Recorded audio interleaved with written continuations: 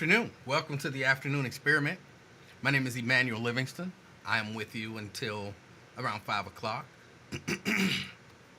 I hope everybody's doing good. I'm doing good. Life is going good. First, thank you everybody for the birthday wishes. My birthday was Monday, and I want to thank everybody for the birthday wishes. I saw them, and they just kept coming, and they kept coming, and they kept coming, and they kept coming, and they kept coming, and they kept coming. They came so much I had to get some IV fluids pumped into me. I appreciate everybody. It helped make my day great. I really enjoyed the day. And I enjoyed yesterday, but that didn't have nothing to do with my birthday. So, thank you. Let me see. I might get in my hellos. Let me get the hellos in. I'm going to do them quick today, because there are a few things to discuss. Mostly with, things that have been discussed. And who am I? I don't have a whole lot of whatever. So let's get into it. Maria was first out the gate. Maria Smith, representing North College Hill. Good afternoon, Maria. I appreciate you checking in. Pat Rogers, good afternoon. We got Lewis in the house, representing Sharonville. Good afternoon. Robert Willis, good afternoon. Pamela Kinney rounding out top 5, representing North Avondale. Good afternoon. Dwayne Larkin, representing Mount Airy. Good afternoon. Daryl Carpenter, representing beautiful Forest Park. Good afternoon. Diana in the house, representing Gulf Manor. Good afternoon. Jerica in the house, or as she's known to some people, Jerica. Good afternoon. We got Erica in the house, representing Reading. Seabreeze says the happening is here. Yes, it is, Seabreeze. Thank you for checking in. He says it isn't Gulf Manor. It's Gulf Manor. Yeah, it's Gulf Manor. That's exactly what it is. Gulf Manor. It's Gulf Manor. Nobody's saying that. It's Gulf Manor. Carolyn, good afternoon. Thank you for checking us out. We got Seabreeze representing Boston. Carolyn says she's representing East Walnut Hills. Dina in the house, representing Walnut Hills. Nate in the house, just cussing for no reason. I don't even know why. Good afternoon. We got T. Mikey G representing Covington. Brent representing Dallas, Texas. I heard Brent give me a secret shout out on the Lincoln Ware show. I appreciated that. I thought that was funny. Let's see. Nate says, oh wait, I might be first. Not even close. I think that's about it. Thank you, Erica, wishing me a happy belated birthday. Lamont, representing Dent, good afternoon. We got Jason Dockery, representing Mason, good afternoon.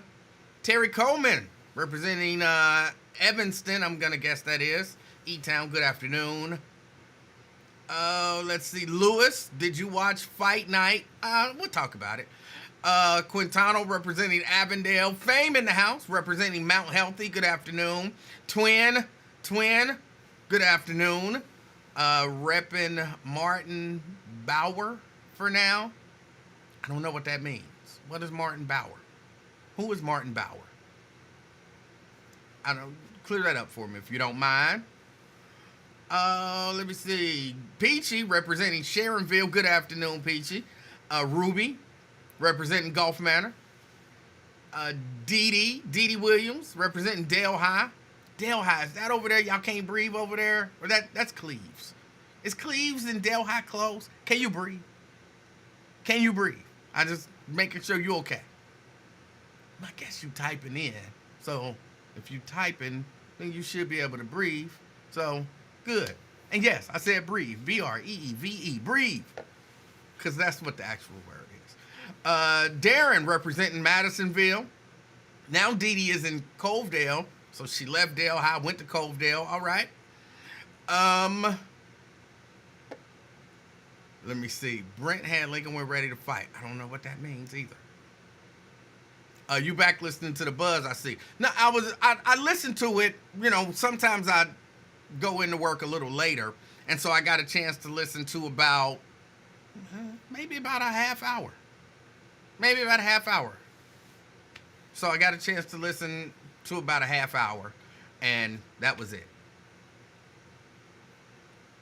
Is the happening prophecy time zone dependent? Is it time zone dependent? Sorry. I'm not sure. Daryl says Lincoln was hating. He got mad because Nate mentioned your show. Lincoln really hates your guts. That's all right. It'll be all right. It'll be all right. Um, Cleves is on bottom of a hill from Delhi. But I'm guessing she can breathe. That's really all that's important. Let me see. Twin says it's a warehouse who distro for McDonald's restaurant across the United States. Hey, you got another job? You like a Haitian. Brent stirred the Lincoln E-Man beef. Not sure if you heard, but Twin said on the Lincoln Ware show that he's easing away from the happening. No, it's too late. You can't ease away from it on the day of the happening. You can't ease away from it. Emanuel, was that you in the chat today? I was not in Lincoln Ware's chat today.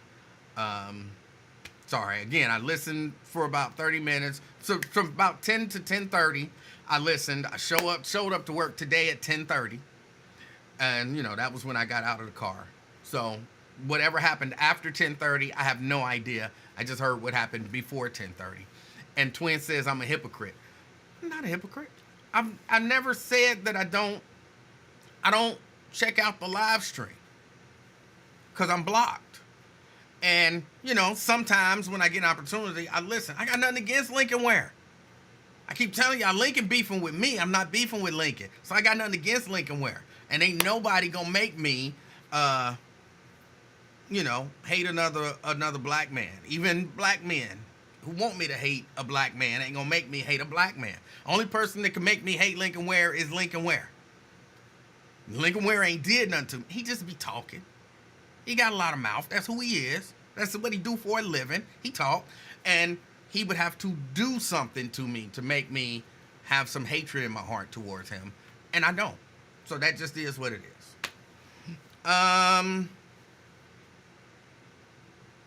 Fame says high school football is meant for kids to enjoy themselves on a Friday evening. The district moving all these games to Saturday morning is robbing the high school experience. Okay, I don't know about all of that. But, okay, that's all my hellos. I think I got them all in. Diane, I think I might not have said you. And no, I did not catch his yesterday's show. I did not. All right, so so much. So there's stuff going on. There is stuff going on. The chief of police, Emanuel be tickled pink when he hears Lincoln hates his guts. It's funny. It's funny. Just because, can I dwell on this for just a second? Just a second. When you really think about it, why does Lincoln Ware hate my guts? Well, I think he's hated my guts for a long time. I think this just gave him an opportunity to get it out there, right? But why? Why? The last straw apparently was, remember the Republican convention, was that Milwaukee? And he made the comment, it's going to be a lot of womanizing, alcohol and womanizing. And I said two of Lincoln's favorite things. That's it. I'm supposed to be upset about that? I'm not upset about that at all. Not even a little bit. Not even a little bit. That don't make me dislike that man. And y'all know I was right. He loved to talk about alcohol, and he loved to talk about anything that had anything to do with sex. So everybody know I wasn't lying. There's nothing wrong with that. He can dislike me, and I still support that, brother. I wish the best for him. Jerica says, roly-poly. No, it wasn't roly-poly. Well, you're right. Roly-poly really is the reason behind everything. If roly-poly didn't say nothing, then he'd still be cool. Then we'd still be cool. But, when roly-poly get to talking, then, you got to roll with, your offspring over some guy that you worked with. So, yeah, roly-poly. That's okay, that's the real reason. That's the real reason. And I'm glad you said it, Jerica. Roly-poly. I didn't say it. Well, I said it then, but I haven't really said it since then. And you called his daughter Big Face where? Okay, I added the where. Right, because I never said anything. I never, just because you say somebody got a big face, people can assume they know who you're talking about, but there's no, you can't say with 100% certainty. You can't say with 100% certainty. Anyway, all right, enough of that. I just wanted to dwell on that for a second. So it had nothing to do with the light-skinned, big-back Amazon that works at the station. No. It was much more roly-poly than really anything else. Roly-poly overall. Oh, let's see. So the police chief, hold on, before I get into that, some of this,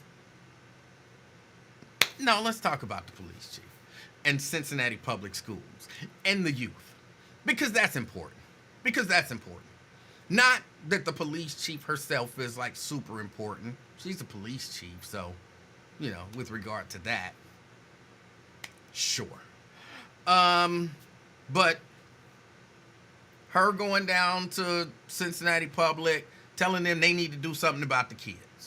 And at one point in that, if I recall correctly, she said, we don't have the resources, it's not our job. It is literally your job. The safety and welfare of the citizens of Cincinnati is literally your job, Miss Police Chief. How do you go to CPS and tell them it ain't your job to keep watch over the safety of the citizens of Cincinnati who go to Cincinnati public schools? That is, I'm going to repeat it again, that is literally your job.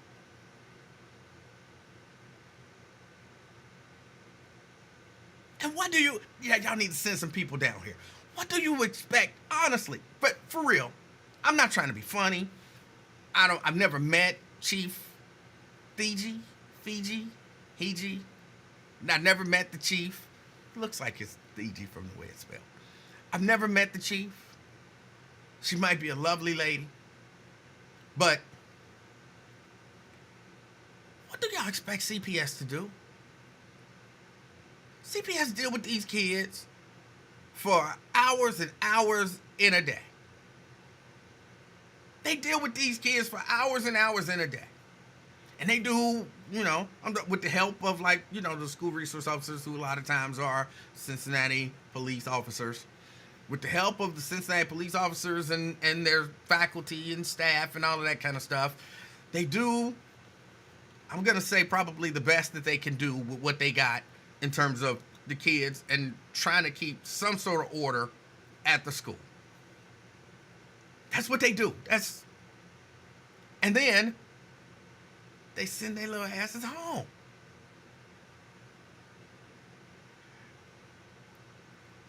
What do you want them to do? You want the teachers to accompany their homeroom class down to the government square and make sure each kid gets on the bus without incident? What do you want them to do? They're doing their job. If you should be fussing at anybody using such a hostile tone, it should be the parents of the children. It should be the parents of the children. Now, look, don't get me wrong. I'm not, what I'm about to say now is going to sound just a little crazy, okay? It's going to sound just a little crazy.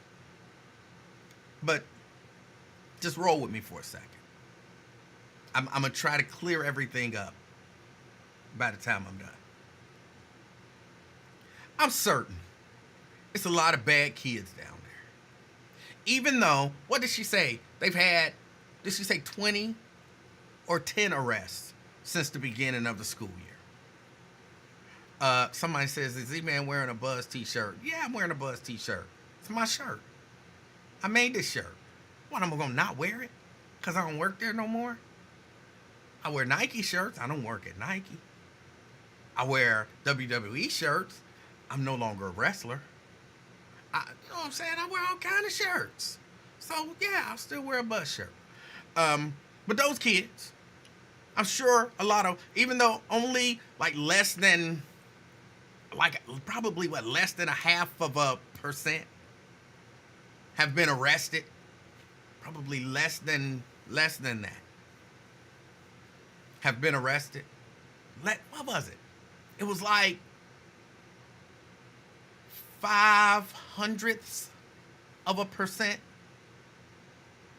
0.05 it came out to that had been arrested. Yeah, not tenths. Like 0.05 of 1%. If you actually do the math. But my common sense just tells me it's a lot more bad kids down there, or kids acting badly. That sounds like it could be appropriate language. Kids, it's a lot more kids down there acting badly, right? It's a lot more. But still, with that being said, what do you want CPS to do?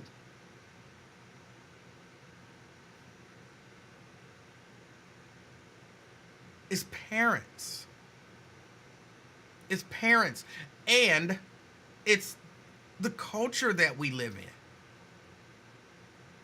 I'm sure police and people down there overlook all kind of nonsense that goes on down there on a regular basis, on a daily, and they just overlook it. You could probably arrest a whole lot more, but thank goodness that that's not what they're doing. But for her to bring up, there's going to be a scenario where some 12, 13, 14, 15-year-old is going to pull out a gun, and then some police officer is going to have to make this choice and blah, blah, blah. How are you putting that on CPS? I really don't understand it. I really don't understand it. And then, look, I was about to say there needs to be a conversation, but it's a conversation that's constantly going on.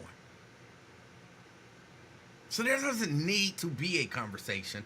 There's a constant conversation about parental responsibility. There's a constant conversation going on about what is supposed to happen, or, with parents and with punishment and crime and all of that kind of stuff. With the culture, it's a constant conversation happening about that. But I feel like we're not making no headway. And I don't think it's because people ain't serious about it.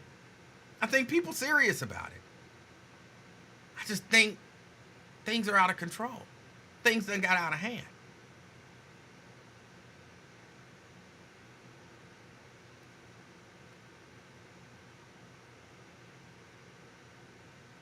Carolyn says the chief needs to do a PSA to the parents and guardians. But they not going to listen. First, the majority of them ain't going to hear it. The majority of them ain't going to hear it. Where would they hear this PSA? Do you want to say what, on the Wiz, maybe? Maybe on the Wiz, maybe on... What's they do? Like... But right now, I'm going to just say the Wiz. But that kind of says it like it's black kids who are the problem, when it's really all kids.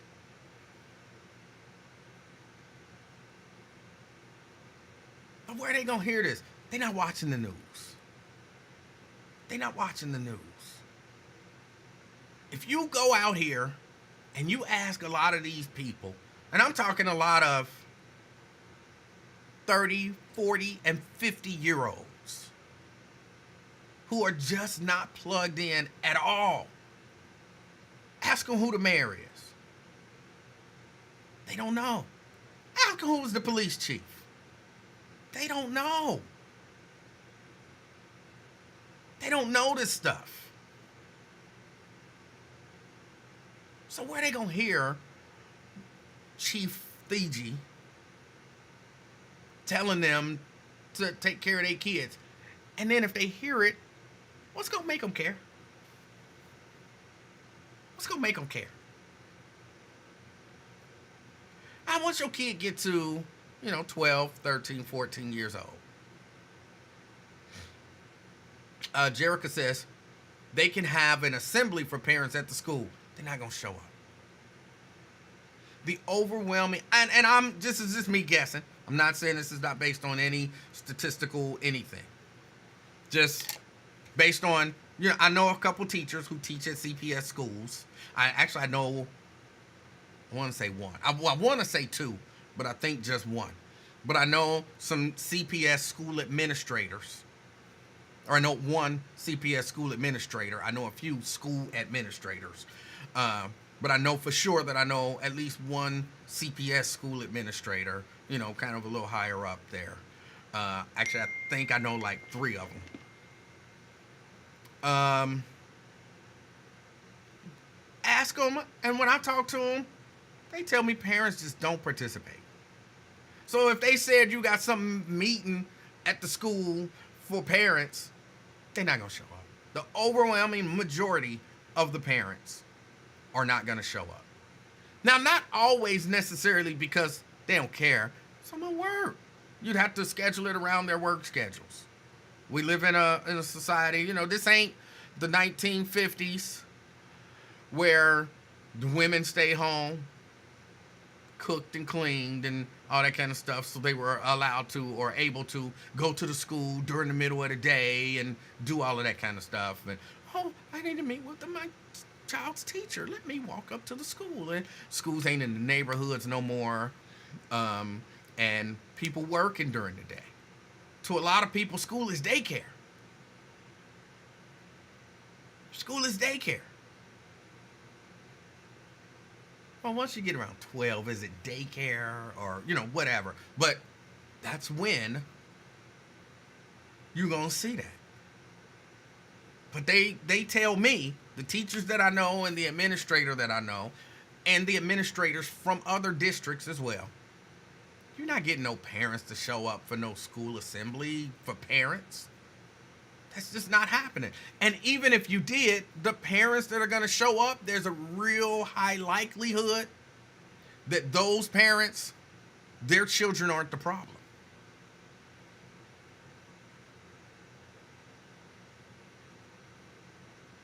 Yeah, Peanut Mama not showing up. And Peanut is the problem.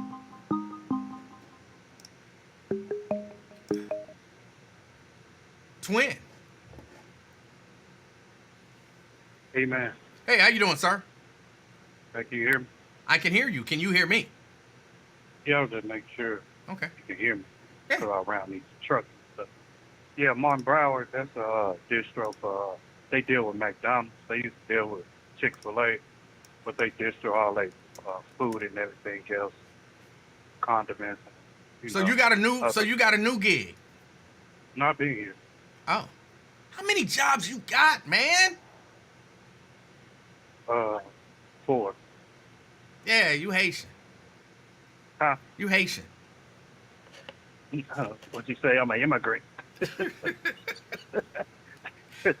No, I work at Martin Broward's Kroger, and I do home health care plus daddy duty. That's a job. I consider that full. I thought Right. you'd be doing like DoorDash and stuff too. No. Okay. No, I Well- ain't did that in a while. Well, hold on. Before you get to whatever it is you called about, I have to ask you, today No. is the day. No. Today is the happening.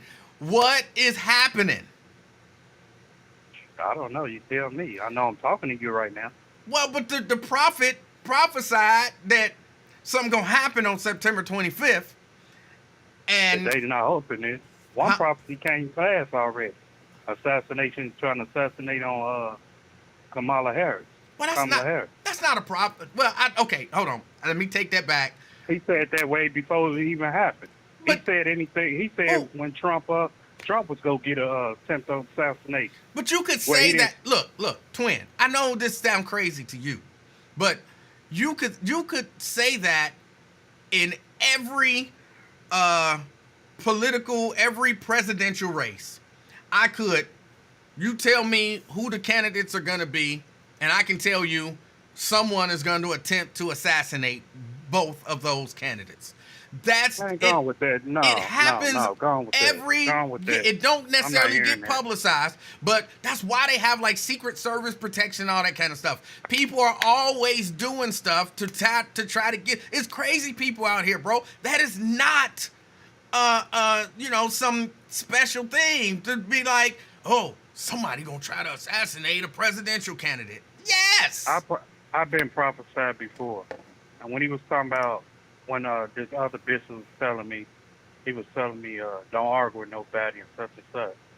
And right within a month or two, it came to pass. Dude came up to me and argued me over some money and all that.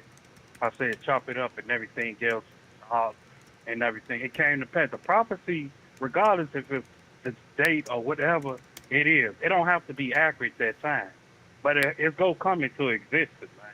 It's What? gotta, huh? What? You heard what I said, man. But it's not accurate. It is gonna be accurate. It don't got to hit right then and there. But if you give a date, it's gotta hit then and there. Otherwise, it ain't accurate. He said September 25th. Right. That's today. So, okay, that's today. Whatever he spoke about, it probably already exists. Or it But if just we don't know what he spoke about, then is okay, it really? go back and see what he spoke about. All he said was something is gonna happen. That was the whole prophecy. Really vague. Okay. The day ain't over with, man. That's true. That's true. Okay, then. Okay. Whatever happened, man. That's a prophecy right there. Whatever happens, happens. Prophet Twin said that one. No, I'm not no prophet. Don't yes, put you that are. in my mouth. You are. You No, just No, I'm prophesied. not. You prophesied that whatever is gonna happen is gonna happen. That's a prophecy, bro. See, I don't play around with God like that and everything, and I don't bring religion really to your platform about it, man. If it happened, it happened, man. And Brent Beard, fake ass wrestling reporter, want to make mockery of it, and I don't really get down, man. I put respect on God's name, man. He definitely should not make mockery about it. No, he should. I don't play around. He if wrong, anything, but I might joke on the chat, and mockery is bad. I don't do crazy stuff like that, man. Your belief, my belief is my belief. I don't make mockery of God or say anything about it. I've got respect for God, so I don't know that I've ever made around. mockery, so I'm with you on that. So what did you Don't actually worry call about in for? Man, I want to say happy belated birthday to you, man. Thank you, sir. I thought you was coming on yesterday, man. It's been bored. I don't know if, Wired up in New York try to save Diddy or what. He ain't been on almost a week. So I look forward to you brothers coming on, but I got to talk to Wired if he got stuck in New York or been, trapped in Louisiana or something. I know he said he was taking care of his daughter's affair, but I understand all that. But, brother, at least check in. Let us know you still in the land of the living. Well, I heard from him. Facebook or Look, something. let me tell you, I heard from him on Monday, so I'm gonna believe that he's fine and he handling business. Okay. That's all good. That's all she wrote. All As right. long as he's good and still in the land of the living, right? So That's right. Same way with you, Emmanuel. Yes, sir. Even though you say, you won't be here Monday, but at least I saw you on social media. Because man, I hate to say it, man. Real talk right here. One day you here, the next day you gone. And I hate to, really get the report on bad news and stuff, man. Just like last week, man.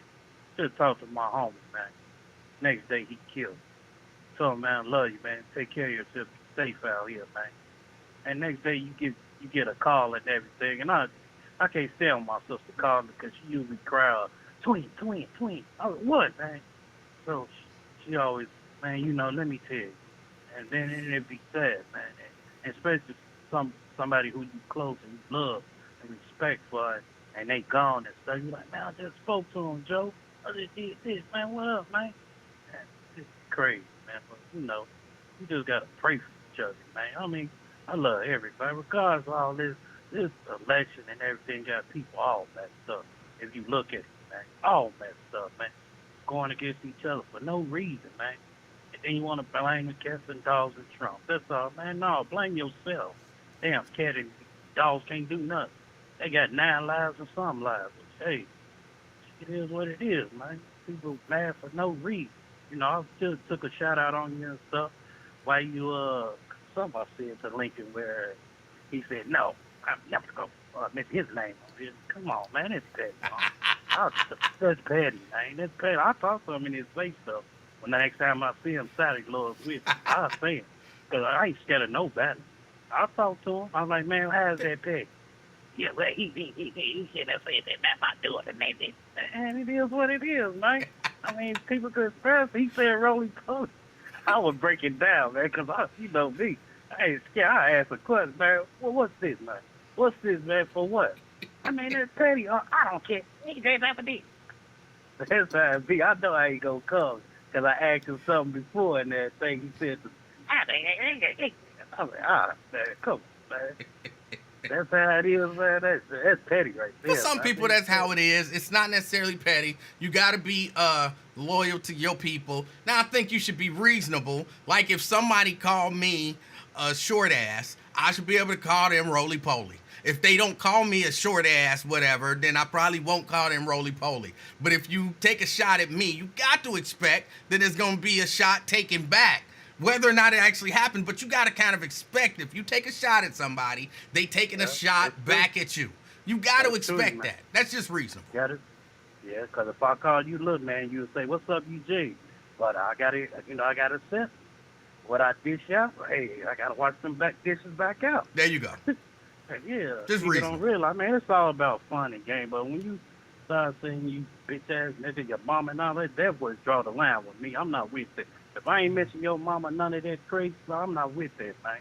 That's one thing I'll put. We can joke and all. When you start saying bitch this and your mama and all that and kids, hell no. You taking too far, player. I don't agree with that. Words are words.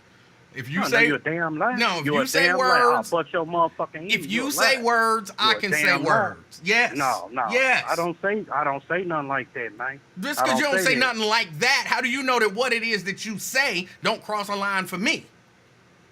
I know what to say and what not to say. Like for me, let's say for example, twin, because I believe this is a decent conversation to have, even with regard to these kids, because some of this is conflict resolution stuff. Twin, how do you know that being called short ain't a trigger for me, like saying your mama is a trigger for you? And while you saying, what's up, little man, in fun, I could take that the same way you take your mama. Okay, as we grown men, if I offend you, man, you'll come to me, hey, twin, I don't too much, like the short man joke or something like that. Then I gotta respect you, man. But until you keep on engaging with it, we go with the flow, right? No, I agree, but I'm just saying. Well, if you come to me, if the first time you shoot little man and I shoot your mama, you can't be like, oh no, you talked about my mama, like you talked about my height. And, how you go? So that's what I'm saying. No, you're on another level. No, another level. No, man, you can't. That's just it. It's not. You don't know. But what I'm telling you is you don't know what another level is to somebody else. So to you, your mama is on another level. Maybe to me, you short is on another level. Or maybe to me, you know what I'm saying, your hairline is messed up. It's on another level. Or maybe to me, oh, you got gray hair is another level. And you know what I'm saying? You don't know what is a trigger for somebody else. So if you got a trigger, then just leave all that alone. Emmanuel, where I'm come from and where I grew up around, you say somebody's mama, man, them jaws coming off. They gonna knock your goofy off. So go on with that, man. Bro, just because hold on. But that is, I thought you said as grown people, you know what I'm saying? That's childish stuff. As grown people, we grow up and we realize that a lot of the stuff that happened where we came from wasn't reasonable. It was childish. It was immature. And so we grow up and we say, you know what? Your mama ain't nothing but two words. That was capping back when you capping back deep in the day and all that. But some people right now, they'll check you on that shit, especially me. Just can't say, what? My mama, man, come on, man, all right. And then I just walk away if I feel like there ain't no reason to fight you or put my hands on you, which I'm going to do it anyway. And so, but I just walk away. You's an ignorant person. And that's what they call the nigga for. Nigga stand for what? Stupid. That's what you acting like, stupid. So I just walk away, man. Ain't got nothing to say to you. That's all. Hey, this Fiji thing. She a clown. She a straight clown, man. And I hate to say it, man. Like I was telling Lincoln earlier, man, they sit in a cutty, man. These police, I check all, I be watching everything. But they want to come, like I say, when the storm hit, man. But like I was telling him, they man, people that stay in wind terrace and everything don't never have no parking. But there's always visitors stuff want to park in any spot. Even though ain't no assigned parking, whatever, but still you've been parking there for God knows when. But you get other visitors and all that, and now you got to park your car, past the stop sign or whatever, bus line or whatever. So you getting tickets out 3, 4 in the morning, but you can't patrol what you say serve and protect on your car and everything. You can't protect these people out here just doing all the killing and all that. I know people say it's parents' fault and all that, but damn it, we can't keep on saying it's parents' fault, man. Why not? Sometimes kids' fault. Why? It is the parents' fault. How did you raise Your that? damn parent, she raised all she can be. Your daddy dead or locked up. She can do all she can be. She got other kids too. She tell you not to go outside and don't take your dumb ass outside and everything. But you want to be I gotta go get this blunt. I gotta go chill with my homie, Pookie them and all that, man. It's going down on the banks and everything. But that's your damn fault. Now you in jail or got shot. Not all because of your act of being disobedient, man. Sometimes you can't blame her, but she got 3, 4 jobs trying to make the family bump and shit. Let the family, establish something. It's hard for her to watch a little 19-year-old, 13, and you got a little 2-month-old baby, man. It's hard for that, and this daycare fee is crazy. There's a good chance, at least in my mind, there's a good chance that if you are raising a kid in that environment, and they are kind of given over to that environment, you kind of gave them over to that environment, or you to some degree embrace that culture of violence or whatever. So Only way it happen like I that. still put some Only- responsibility on the parents, plural, Only not ha- just the only mama, way- on both of them. But sometimes 9 times out of 10 right now, man, it's sometimes stepdaddies around. Sometimes, I say. Because, I've been stepdad to a lot of kids, and they respected me, man. Even though some of them, you ain't my dad, you don't know what tell me what to do and all that extra stuff. But I said, okay, I ain't got to tell you what to do, but you go learn one way, and some of them learn. I said, didn't I tell you? But I ain't your stepdad. I ain't your daddy, right? But you go listen to that white man, though, when he lock your little black ass up. But you don't want to listen to little twin, think you don't know everything. I know the system, how they work, man. Hey, man, where's the truant officer at? Do they exist still? I'm not sure that they still have truant officers. You don't never mention it. They don't never mention them no more. I wonder, do they exist at these schools? Because, remember back in the day, I don't know if you can, I know where I'm come from. Man, if you miss 2, 3 days, truant officers could go want to know if your mama beat the hell out of you or your dad, or you did or something. They used to engage, they used to be parents' conference meeting, everything. After school meet, see the kids doing the math right, reading. They really don't have that like that growing up, man. You know why? It's a hustle game now. It's a hustle game right now. They build more penitentiary than anything because it's a hustle game. And it's so messed up how this government system basically is just messed up, man. Well, again, so. yes, the government system is messed up. But at the same time, you can stay out of the government system if you just do a good job, hopefully, of raising your kids, teaching them right from wrong, putting them in a decent environment. Like, they can build 100 million jails. Right. I was about to say if you don't commit a crime, you probably won't end up in one, but that's not necessarily true. We know they set people up. All that kind of stuff Right. actually Exactly. does exist. But you stand a much better chance of staying out of jail if you stay away from violence and crime and negativity, that whole negativity of that culture. I think, Emmanuel, they need to take a playbook out of some of these foreign countries over there, like China and all them other countries. Maybe they get some act right to these kids.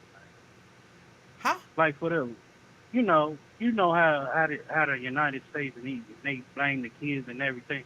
But you go over there to China or one of them countries over there, they got some act right medicine, man. You can't do the stuff over there. That's why they say the land of the free over here, because they can do what the hell they want to do in the United States. But if you go over there to, China somewhere else, them kids straight over there, man.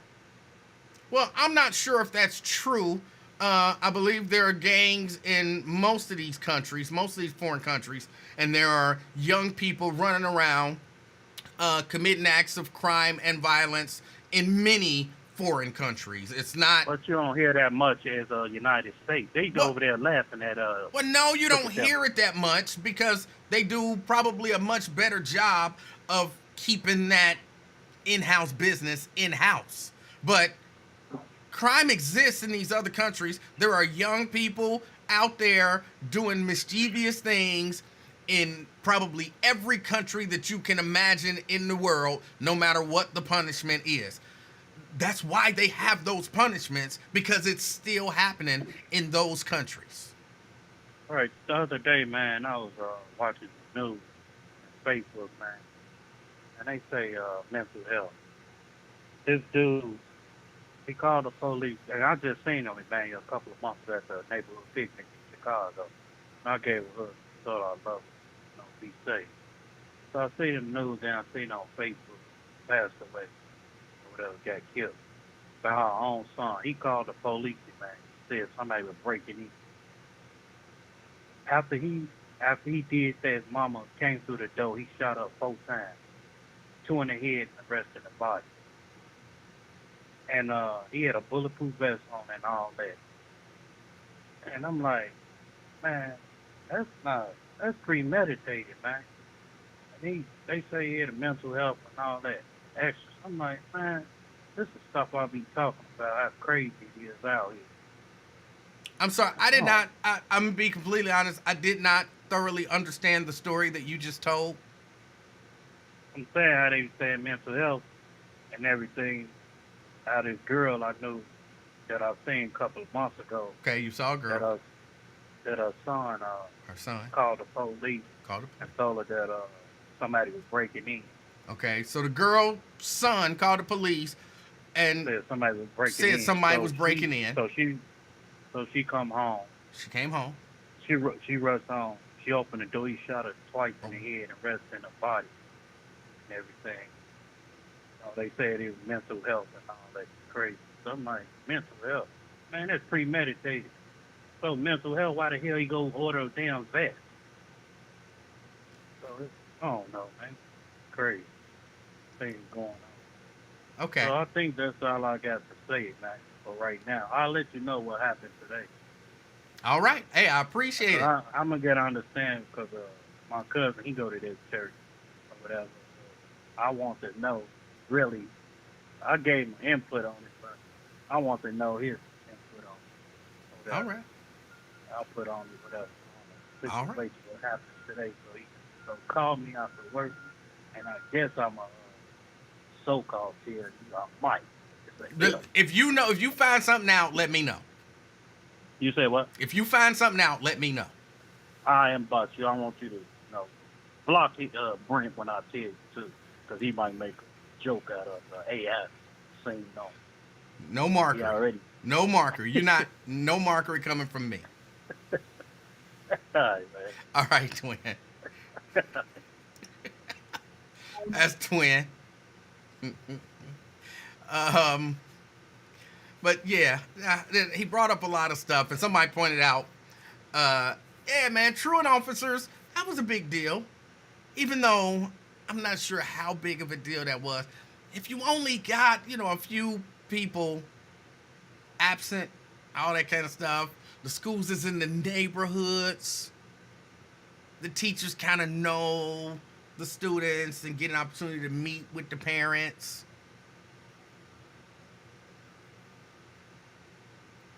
Then you can do things differently. You can move differently. But I don't know. I don't know. I kind of like the idea of just going back to the neighborhood schools. Just go back to the neighborhood schools.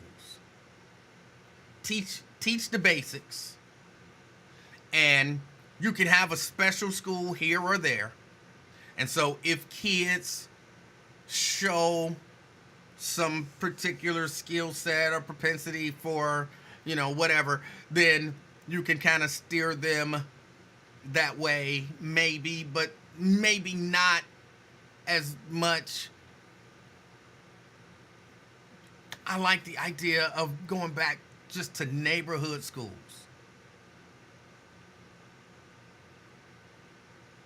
From K through 12. Neighborhood schools. I have to pause here. I see Janice Robertson is in the comments. And today is Janice's birthday. I want to say happy birthday to Janice Robertson. Happy birthday. I'm not going to ask how old you are. You might want to share. You might not. But today is her birthday. Everybody send positive energy, positive vibes, and happy birthday wishes to Janice. Y'all know she's my favorite. And so I want everybody to say happy birthday to her. That's very important for me. That's about it about that. Oh, let me see. What else is going on that I wanted to talk about? There was something else. We had the chief. I think Twin might have derailed. When I say derailed, just when you start talking about something, it throws me off, and it's hard for me to get back to whatever it is I was talking about, because y'all know I had that 17th degree COVID. But I know I was saying something about the kids and CPS and or the parents. And yeah, it's a parental issue. It's a parental issue. And it really is it's society, man. I'm one of them defeatists. I just think this is where we are, and we heading down a hill. There's no turning back. There's no turning back. You might be able to do some stuff to slow it down. Y'all know I used to, well, y'all may not know this. I love sledding. Love sledding. Growing up, in our backyard, we had a big hill. And y'all know that was in the 70s when we used to get a lot of snow. And, oh man, and just when you get to going down a hill, and you pick up momentum, it's virtually impossible to stop. You can slow yourself down, but it's very difficult to stop and then get back to the top of the hill. You have to do a full stop and slowly go back up the hill. To me, that's the same thing we're looking at now. We are morals, values, character. We are headed down a very steep hill. I'm not just talking about black people. I'm not just talking about white people. I'm just talking really worldwide. But here in this country, things are off the rails. And virtually anything that you look at and you say, this is a part of the answer to the problems that we're having, it's not just that. It's not just whatever it is that you're talking about. There's, of course, something that led to that. But the parents need to be more involved. But the parents ain't involved because they don't care. And I'm saying both parents. And a lot of times the father ain't there. Why the father ain't there? The father ain't there because people are, I'm going to say loose. I don't know better. I'm sure I know better words, but I can't think of one right now. People are loose. So people just out there having sex and having babies with any and everybody. And you know what I'm saying? You got 5, 6, 7 kids out here. It's a good chance you're not gonna be in all 5, 6, 7 of their lives at the same level.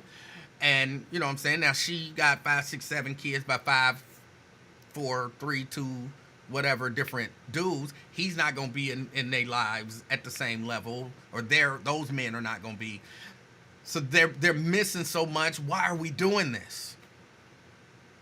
Violence is on another level, but that's what our culture preaches and teaches and celebrates. How do we stop all of this? How do you go back to the beginning? I don't know. Ron. Hey man, we can just roll our ass off on the way down this hill and hope for the best. Because, like you said, I mean, how do we do it? And I mean, like, and if if you're a defeatist, then I am too, because I know. I mean, we just can't. We just can't. We can't. We can't put a reverse on all this stuff. And that's what I be saying, and I know, you don't agree with me, as far as, Trump goes, but that's what I be saying as far as he goes, as far as me voting for him or me wanting him to be elected. Trump ain't gonna fix nothing. I mean, Trump ain't gonna fix it. He can barely fix stuff. But we on the way, we on the trajectory down an inevitable hill that we can't pull up from. And I mean, like I said, the only thing I want us to get a chance to is roll ourselves off a bit as black folk, because this is the last chance black folk gonna get to care about each other and to be black and care about each other. When going back to caring about, the kids, and I grew up in the Fay Apartments and Avondale Fay Apartments, Forest Park, and when I lived in the Fay, 2344 Nottingham, and Miss Laverne and the Swains, Miss Laverne took care of everybody. She really took care of me, and she had 5 other kids. And when my mother was off at work, when she knew I was supposed to have my ass in the house, she ain't never snitched on me or nothing like that. But she looked out for me, and everybody else in our court looked out for each other. And we have to come back to that camaraderie, if just for a minute, and everybody ain't gonna come. Everybody ain't gonna come. It's some ignorant freaking black folk out here, and I shit. I don't want everybody to come with me, because like I said, it's some folk that's done perpetuated this stuff, that the violence and the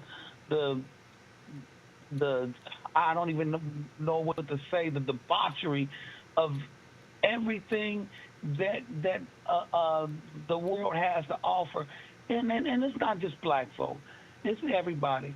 But like I said, I'm talking about black folk getting together, and it's black folk that look, like I said, we don't want them all to come, but everybody, like Iris, get together, um, everybody to go down to Government Square, and everybody can't do it. People at work and all that other stuff, and other people got other commitments. But I know that there's other people down there that can do it, and if we don't get back to that and get back to that in a hurry, we gonna be in a world of trouble. And I'll just say this one other thing, uh, um, with the exception of happy birthday, Janice. Um, it was a scary thought for me to have. Now I'm a gun enthusiast, you know, and I looked at what some of those guns were, and I know, how what guns they keep in little cases and stuff, you know, and I looked at what the guns that they snatched in that Range USA down in Florence, and the fact that those guns are in this city somewhere, and it's hundreds of them. And those, they talking about gun buybacks or turning something. They not those. They not turning guns. Those guns are hundreds and thousands of dollars. They not turning guns, and they not guns to play with. That is some heavy artillery those young folk got out of that store, and that's here in our community, and it's so dangerous. And some people, that's probably why Fiji went ahead and said what she said, because they know that them guns here in the community, and only thing it takes is one stupid kid to not pull it out the right way, to have it fall and try to reach for it. I mean, it's just dangerous. But like you said, we on a trajectory down at impending doom, and we have to all those ones getting off, get off. All those ones that want to go down there, shit, fast forward. Anyway, happy belated birthday to you, and happy birthday to Janice again. All right. You be cool. Hey, Ron. All right. What's Ron, up? you see, there's a movie trailer out called what is it, The Gray Man? Where there's I think I don't think I've seen it. I don't actually think that's the name of the movie, but in the movie they talk about the Gray Man. And when I saw that, I thought about you. And I was wondering if you've seen it and if that kind of mimics what you were discussing. No, but no, it's a trip because the when I say a gray man, it's like it's just it's a dude. It's a dude. It's a dude. Dressed and clothes, jeans or whatever. But he just appears gray. I can't see him. I can't see him. I just can't see him. He just appears gray, and it's a trip. Like I said, I wanted to communicate with the chick that's seen him the last time, or well, that's seen him with me, and she won't talk to me, because I cheated on her. But I know that I want to ask her if she remembers what he looks like, because that was the only person that's seen him besides me. Wait, so he not But like, I don't really want to dwell on this, but he not like, how in the movies he like a kind of a smoky character, like he's an actual. no, You just no. can't make out his mean, features and stuff. It's like I said, it's a physical man. It's just a physical man, and I don't know if I just remember just the gray, or if it was I can't describe it, but I just remember gray. I can't see him has anything. All the other times I've seen this man, only seen him in my memory as gray. I gray jeans, gray hands, gray shirt, gray face, gray hat. Just I just seen him in gray. Okay. Okay. Yeah. Yeah. All But right.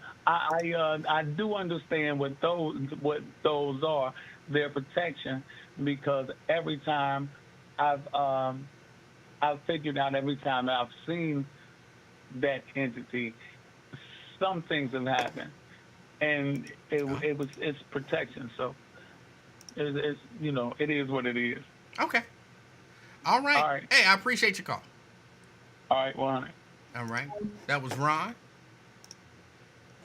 I was just curious because I saw there's a trailer out, some movie with some famous actress in it. Uh, and they're talking about, ooh, if the gray man finds you and if the gray man touches you or something, something bad gonna happen or whatever.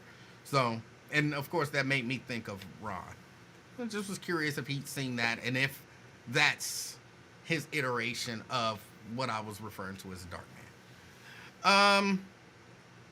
But yeah, no, man, it's just one of them things with regard to our culture, everything going downhill, and everybody just seemed to be okay with it.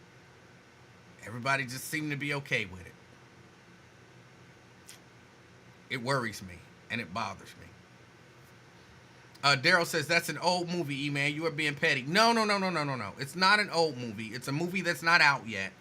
The name of the movie is not The Gray Man, but it's a movie that is coming out.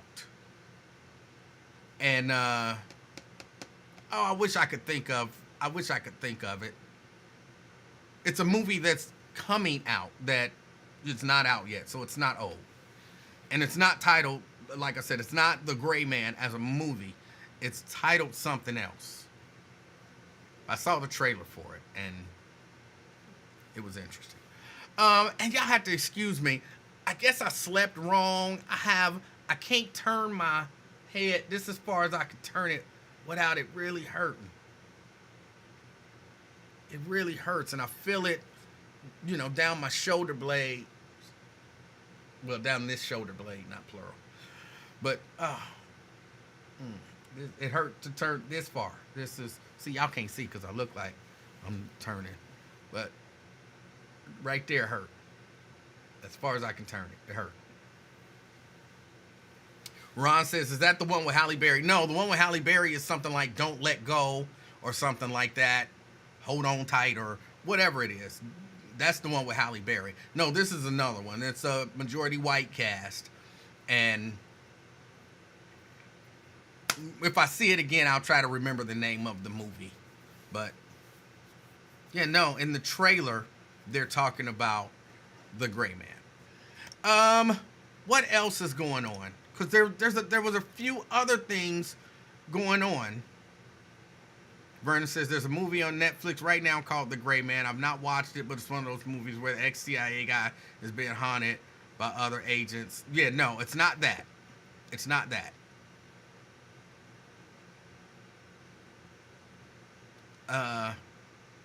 Yeah, right. Had a dream about wrestling. Now your ginger snap neck hurt. Shahara says, Before I Let Go. I'm not sure that that's the name of the movie. Halle Berry horror movie. Yes, it's Never Let Go. Never Let Go. Shahara, why would you come in here and give me some bad information? Why would you come in here and give me bad information? What's wrong with you, woman? No, I'm just teasing. I like to tease, Shahara. But yeah, no, I that was it about that. Your neck hurt. Did you go to Kroger? Was Hulk Hogan there? I don't know why my neck hurt. I don't know why. Well, again, I slept wrong. I slept in some funny way. Shahara says, did you watch the Kevin Hart show on Peacock? Yes, I watched the Kevin Hart show on Peacock. how many episodes is it supposed to be? I watched 2 of them, and I was like, okay, here's what I'll give y'all. It's not bad. Like it's engaging. It's captivating. I don't like Kevin Hart, so I am finding a hard time kind of getting into it. But I could watch it as long as it ain't too many episodes. This thing should maybe go 6 at the most. 6 at the most. 8 is too many. 8 is too many. So how many episodes is it supposed to be? How many episodes is it supposed to be? And I need somebody with MGM Plus. I need somebody with MGM Plus. I need their password so that I can log into MGM Plus and watch From. Season 3 started, and I need to be able to watch it. I watched the first 2 seasons. I did the 7-day trial. But I'm not paying, $6.99 a month for MGM Plus for From. So I need somebody with... Look, I got a couple of channels that I got a password I can exchange with you, and you give me MGM Plus, and, we'll be cool that way. I'm not paying for MGM Plus. It's not going to happen.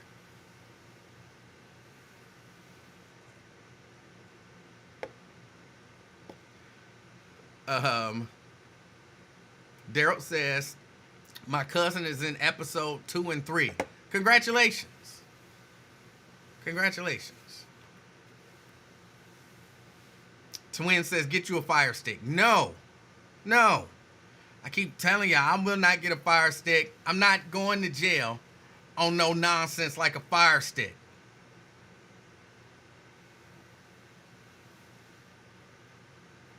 I'm not going to jail off of no Fire Stick, y'all. It's not happening. Shahara said, I need the same. Can someone please let me borrow their MGM Plus? I need MGM Plus. Janice says, for some reason, I don't like Kevin Hart. If I hear him say cash backing one more time. But what else is going on? There's something else going on. Oh, the whole thing with J.D. Vance. J.D. Vance, has he just decided I'm not likable and I'm gonna just make stuff up, exaggerate truths, and just be the most obnoxious person that I can be? Has he made that decision? Yes, he's standing in front of the eggs. You can clearly see the price on the eggs is not $4, and he's saying that they are. He's exaggerating. Some would say lying. And like he said, if he had to create a story, he's gonna create a story.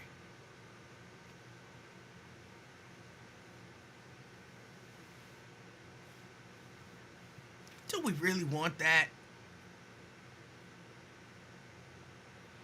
Seabury says, yes, J.D. Vance told Dana he knows that he lies and doesn't care. Yeah, he said, if I have to create a story to get the media to focus on something, then that's what I'm going to do.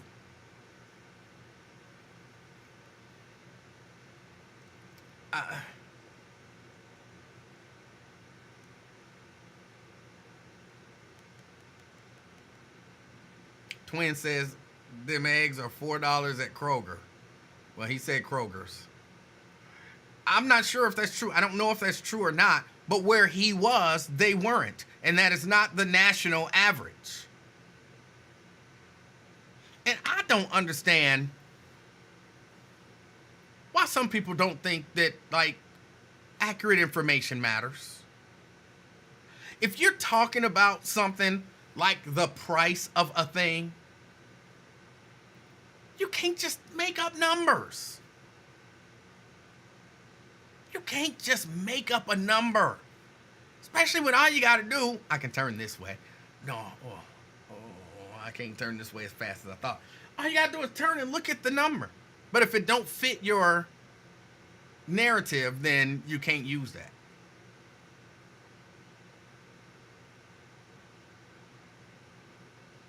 Yeah, if you're talking about the average price of this and this year was this, and the average price of this is this much now, go find out what the average price was in those 2 time periods.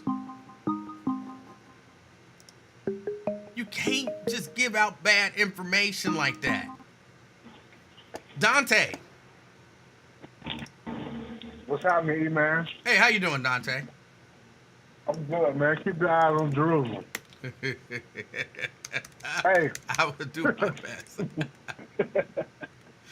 I had to say that, man. I don't know why. But no, man. That fight night, man. That's excellent, man. I'm not a Kevin Hart fan either, but it's excellent. I don't know if it's excellent. It's like I said, it's captivating and engaging. It's excellent. It's excellent. It's excellent. The storyline and everything is excellent. It is not excellent. The dude that they had or whatever playing Muhammad Ali was horrible. Yeah, he was horrible. Yeah, so that's a part of excellence. I give you a 9 out of 10. Yeah, he was terrible. Yeah, he was terrible. He was terrible. But I'm saying, as far as the storyline and you know, the other actors and actresses, it was great.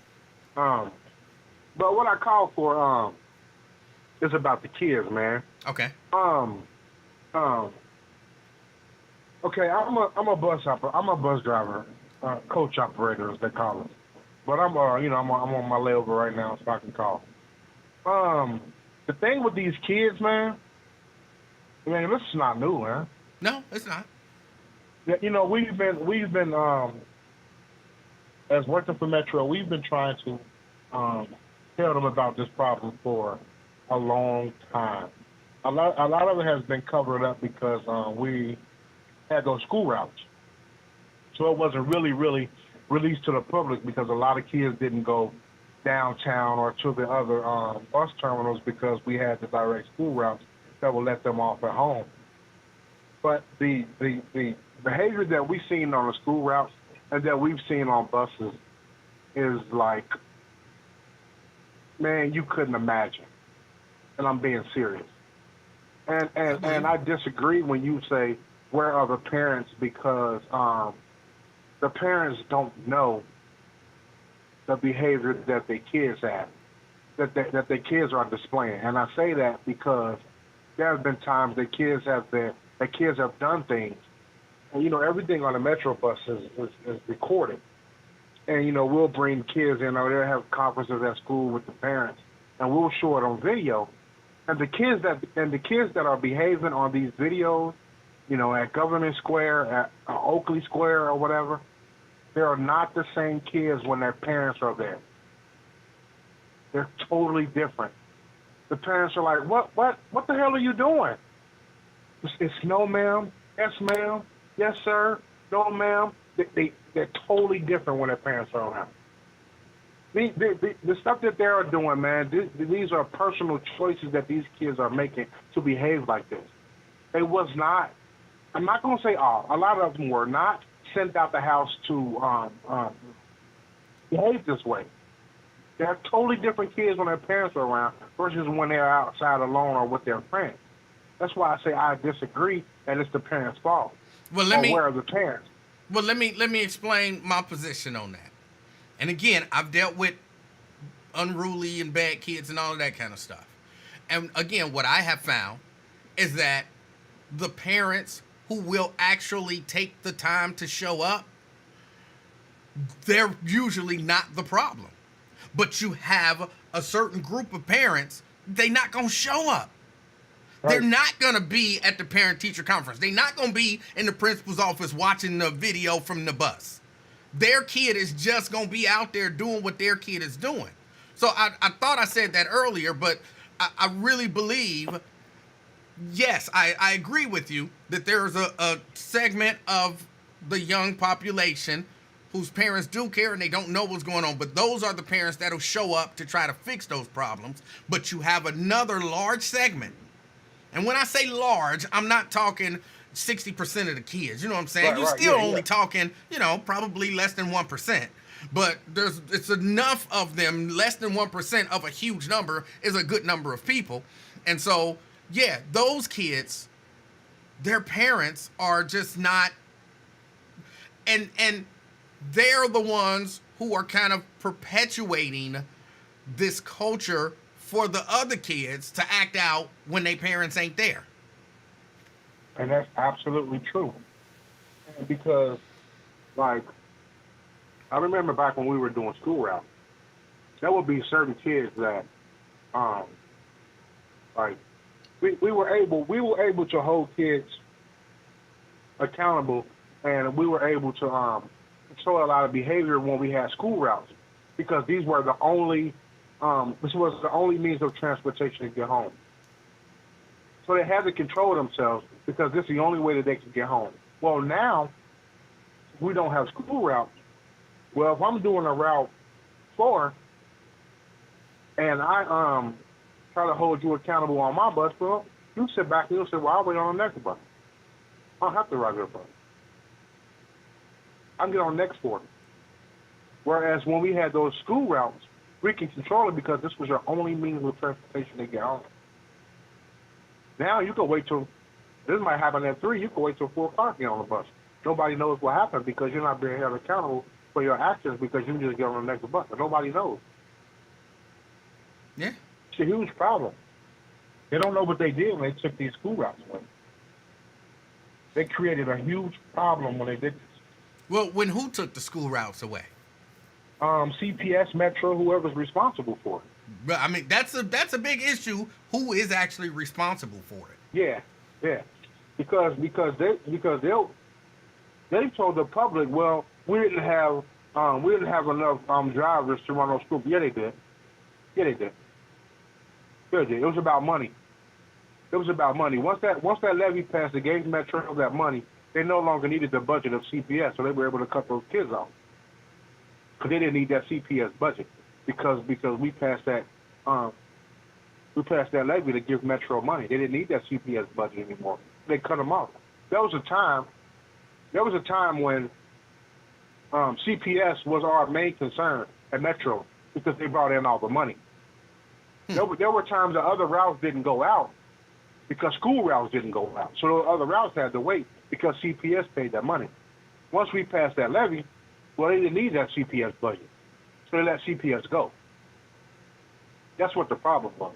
It wasn't about not having enough drivers. That's bull crap.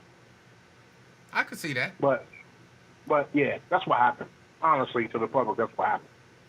But these kids, man, Emanuel, I'm telling you, brother, I can give you stories of stuff that these kids have done that you wouldn't believe.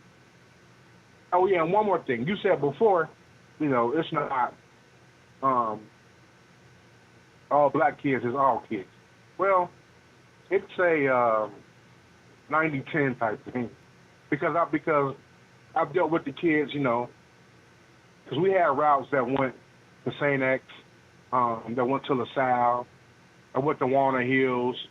Guess what? The LaSalle kids, the St. X kids, they sat down. 9 times out of 10, they were catching up on homework, or they were on their phone, or they were on their laptop, and it was cool. Walnut Hills kids, pretty much the same thing. They section off in their groups, and they pretty much behave themselves. But guess what? When you got to the Withrow route, you got to the Woodward route, or you got to the Western Hills route, totally different behavior, totally different conversation, totally different aroma on the bus, if you know what I mean. Everything was different. But again, I don't think that that's a race thing. It may not be a race thing, but I'm telling you what, most of them that I saw when that happened was the same color that I am. But what I'm saying when I say it's not a black thing, it's not a white thing, if you go into I'm gonna throw Price Hill out here, but I don't know the racial makeup of Price Hill enough to say that with confidence. But if you go into an area where there's a lower socioeconomic class white majority, you're gonna see the same majority white people doing the same thing. And if you totally agree. if you put the black people, Mm-hmm. private school black people on the same bus with them, then you're gonna be like, whoa, them black people was acting decent. They on their phone, they catching up on their homework, but them white people was going, wow. So it's not that's what I'm saying. It's not a Right. race thing. It's I can agree with that. yeah, it's I can agree with that. class. But and then three. I usually don't, respond to anybody like they can't respond. They don't have the ability to respond back right away. But about the thing that Twin keeps saying, I've heard him repeat this on other shows. He's saying the police can't patrol. One thing you have to know about the police: the police are not there to prevent crime. They're there to react once the crime happens. It's almost impossible to prevent a crime. Because if I got in my mind that I'm going to get Emanuel, no matter if the police outside or not, I'm going to get Emanuel. They're not going to prevent that from happening. So the police is basically like reactionary, pretty much. That's what people need to understand about the police. It's very rare that the police prevents crime from happening. They're usually reactionary. Once the crime happens, they show up and, take the report or whatever. I understand what you're saying. I don't 100% agree. Although I do 100% understand what you mean. Well, I mean, I don't believe. I believe that unless a police officer show up in the commission of a crime, they're not there to prevent. They're not going to prevent a crime. It's just not going to happen. But I don't know that that's true. I think that's why people have like private police details show up at events, because if there are no police there, then people are free to do any and everything they want to do. But seeing a heavy police presence will deter some criminal or mischievous activity. It depends on what the crime is, because like I said, if I have if me and Emanuel have some kind of street beef, right? It just so happens, just say, it's 4:00 in the afternoon and the police are sitting at the stop sign. Just happened to say, since he brought it up, Went Terrace. His twin brought it up, Went Terrace. If I see you at the stop sign, just so happen the police sitting at the stop sign, well, guess what, Emanuel? I might not get you today at the stop sign, but I might get you. I'm going to get you tonight. I'm going to get you tomorrow. I'm going to get you Saturday at the store, but I'm going to get you. The only thing you did is prevent it from happening that day, but it's going to happen. No, I understand that. That's the part that I agree with. Yes. Yeah, it's going to happen. But I think, as far as getting guns out of these kids' hands, it's not. They're not going to turn in a $1,600 weapon for a $100 Walmart card. It's just not going to happen. No. It's not going to happen. But anyway, thanks for giving me a little bit of time, brother, and I appreciate it. Hey, I appreciate you. All right, thanks. All right. That was Dante. Yeah, I mean, it's one of them things. It's one of them things. And again, people always want to talk about solutions and the answer, and man, I don't know, y'all. I don't know.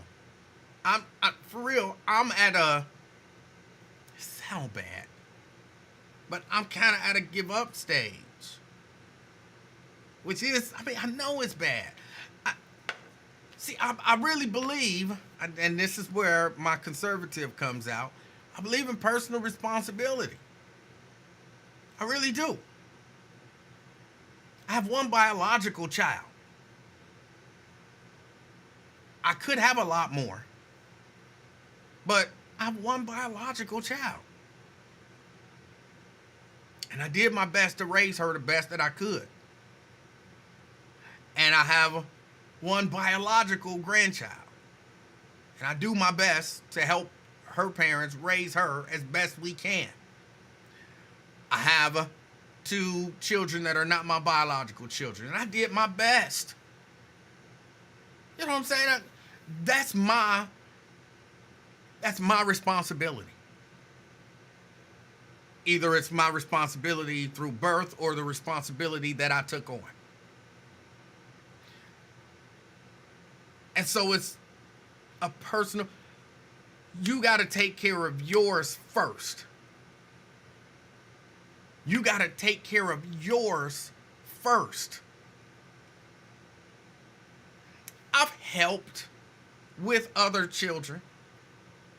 You know, I'm not there with them. They don't live with me. So, you know, I'm not there with them 24 hours a day, 7 days. Well, I wasn't even with Matt 24 hours a day, but you know what I'm saying. You can only invite a kid to your house and try to show them something different when you can do that.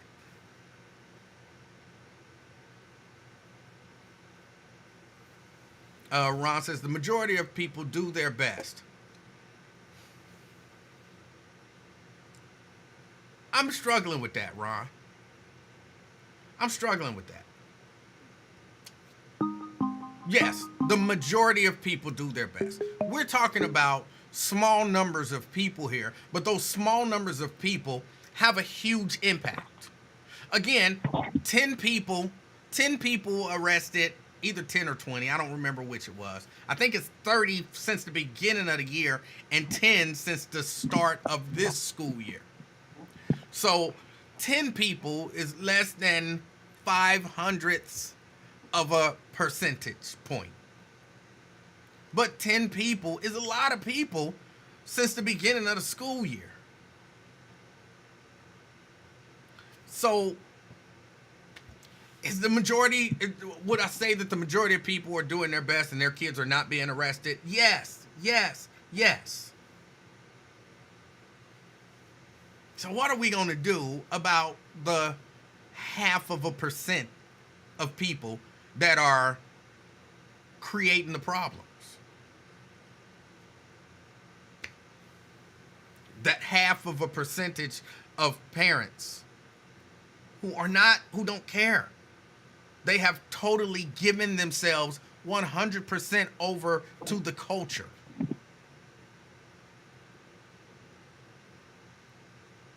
Because that 0.5%, I know I said 0.05% got arrested, but I think, you know, there's at least 10 times that many who are just doing stuff, but it didn't rise to the level of, you know, police actually arresting them. Police, sit down, stop acting up, da da da da. You know, you got a lot more people acting up that don't get arrested. What do we do? Because we can't rely on those parents to be in the majority because they're clearly not. CK. Hey, how you doing, bro? How you doing, sir? I got that smooth. Like how you brought that in smooth. Like it's better than abruption. You know what I mean? Abruption, interruption. Then you do it smooth. How you just keep on. It's better like that, ain't it? I like a good abruption every now and then. Oh, I feel you. Look, yeah, abruption is good. Give me some IV fluids afterwards. Hell yeah. What's on your mind? Man. I'm glad you said you watched that fight night, dude. Yeah, we just kind of talked about that for a moment. I did watch it. It's a decent show. Again, I still struggling with Kevin Hart being the star and everything. That Muhammad Ali character is terrible. You didn't like that. What would you give Ali from 0 to 10, the actor? Maybe a 3. Okay, 4 okay, that's fair. Tops. 3, 4. Yeah. Not bad. I mean, he got the role, but you know, he getting a 3. You didn't give him a 0. You know what I mean? Yeah. No, I mean he's there. He exists. But so what did you give out? So you was impressed with Fresh Prince impression of Ali? Was you impressed with that? No, I thought Will Smith played Ali like he was in serious cognitive decline the entire movie. Hold up. So dude get a 3, 4, 5. What did Fresh Prince get on Ali, the movie? What you give him on that one? I don't know that it's fair to say because, of course, that was the focus of the movie. So he had more opportunity to branch out and all of that kind of stuff. I might give him a 5, a 6, maybe. Okay. Barely passed. Yeah. You barely gonna give him a role. You Yeah. would have been one of the executives saying, "Nah, let's find somebody else for this role." Yeah. Again, I think he played Muhammad Ali the entire movie as if Muhammad Ali was already in some serious cognitive decline. Yeah. Okay, you can't let Ali, who is not an actor, outperform you, and that's your profession, sir. The movie The Greatest was better than the movie Ali, right? You seen both of them? I don't remember The Greatest. I know I saw it, but I don't remember it. Okay. Well, sir, I gotta tell you, Ali did a magnificent performance playing Cassius Clay. You hear me? Okay. This, you gotta watch it. I mean, I know you watch old school movies every now and then. Watch Hold that on, one. hold on. Before you, Vernon says Will was nominated for an Oscar for that role, and so that don't mean that he was good to them. He asking me my opinion, and he was not good at all to me. And Logic Slayer says a 3 or 4 out of 10, or 3 or 4 out of 5 out of 10. I'm giving a 3 or 4 out of 10. Go ahead, CK. Sorry to interrupt you. Yeah, but I think dude did a well job. Cause see, I didn't see Will Smith play it. I seen the son off of Steve Urkel show, Family Matters. He played him. Remember the Big Brother? I remember him. I don't remember him playing him. Yes, he played him in the Don King movie, the HBO special. I saw that, but I don't remember. Yes, it was him in the hospital bed when Don King brought the money in. He was the darkest Ali I ever seen. Okay. He was. You know that. Hey. Oh. So do you know how beast mode that dude had to be in the rehearsal to get that part? He probably was the darkest dude at the rehearsal camp. Okay. Did he use his Family Matters muscle to get the part? I never really thought about that, but yeah, he's a darker brother. So the guy we had playing him now was kind of darker too, right? Yeah, he's a little darker. Yeah. Yep. But I like the performance. I like the stars coming together like that. We got a all-star cast. Taraji P. Henson, come on now. And what did you think about special guest, starring special guest Terrence Howard? What was your opinion of him? He's playing a character. I don't have a problem with his character. But with all that stars, what did you feel about them saying special guest? It don't bother me none. Maybe it's something he worked out in his contract. I don't know how they make those decisions. Yeah, no, he's just showing. They showing you. Samuel's like, look, come here, brother. We need you. He out the business. He's out the Hollywood game. He's in the numbers game. He turned into a numbers man. You heard about that? I heard about it. I didn't actually watch what he said or Neil deGrasse Tyson's response to it, just because everything I heard about it made it sound so ridiculous that I didn't even put much effort into really seeing what was going on. Yeah, 1 multiplied by 1. That was a big discussion. You know what I mean? And he solved the puzzle that people was regurgitating for years. And he found out 1 times 1 really is 2. So we got to thank Terrence Howard for coming up with that. Huh? Yeah, I'm pretty sure that's not true, but... Well, like he said, how can you multiply one thing multiplied by another? Don't mean that's another. You got to add that. Well, multiple. No, let's not really get into it, but one time is 1. Mm-hmm. And if you multiply that towards another 1, there you go, 2, Terrence Howard. No. That would be addition. Multiplying is taking the thing however many times you're multiplying it. So if you take 1 time, that's 1. So you need to read the definition of what multiplying is. You need to read the definition. It'll tell you the whole definition. You have been. That's what I'm saying. Remember, Terrence Hyde came out with this. Terrence Howard, he could be wrong. I haven't seen what he said, but if he's suggesting that one time is anything more than one, I'm gonna say he's wrong. Oh, okay. Yeah, we use an official definition. See, he just, but yeah, great movie. Like you said, so you caught all the way up, or you just watched a couple of them? No, I just watched a couple of them. Not caught all the way up, but I mean, it seems okay. It seems like an okay series. I don't like Kevin Hart. That's it. Yeah. Yeah, you got to. I went to see my counselor Tuesday, and you got to work on that, man. You might need to see counseling because these stars, you're a star hater, a black star hater. No, I'm not. Yeah. There are I some. remember how you treated. No, there are some entertainers that I don't care for. They can be white, they can be black. There are some entertainers that I don't care for. Their persona. Now, I don't know any of them personally, so I don't have any personal animosity towards anybody I can think of except for Big Bird. But I don't know them. Yeah, you took your personal animosity out on Big Bird. You already had a preconceived notion from watching Girlfriends. No, I didn't.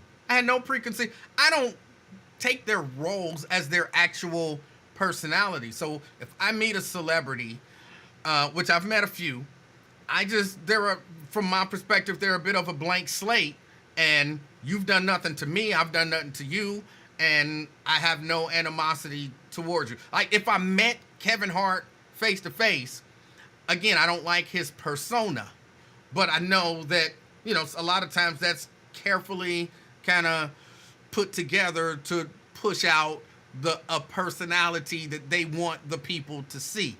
That doesn't necessarily mean that that's who he is as a man. So if I met him as a man, then it would be blank slate. Forget the persona. I'm meeting a whole new person, and I would conduct myself as if I've never seen or known anything about his personality. So that's totally different.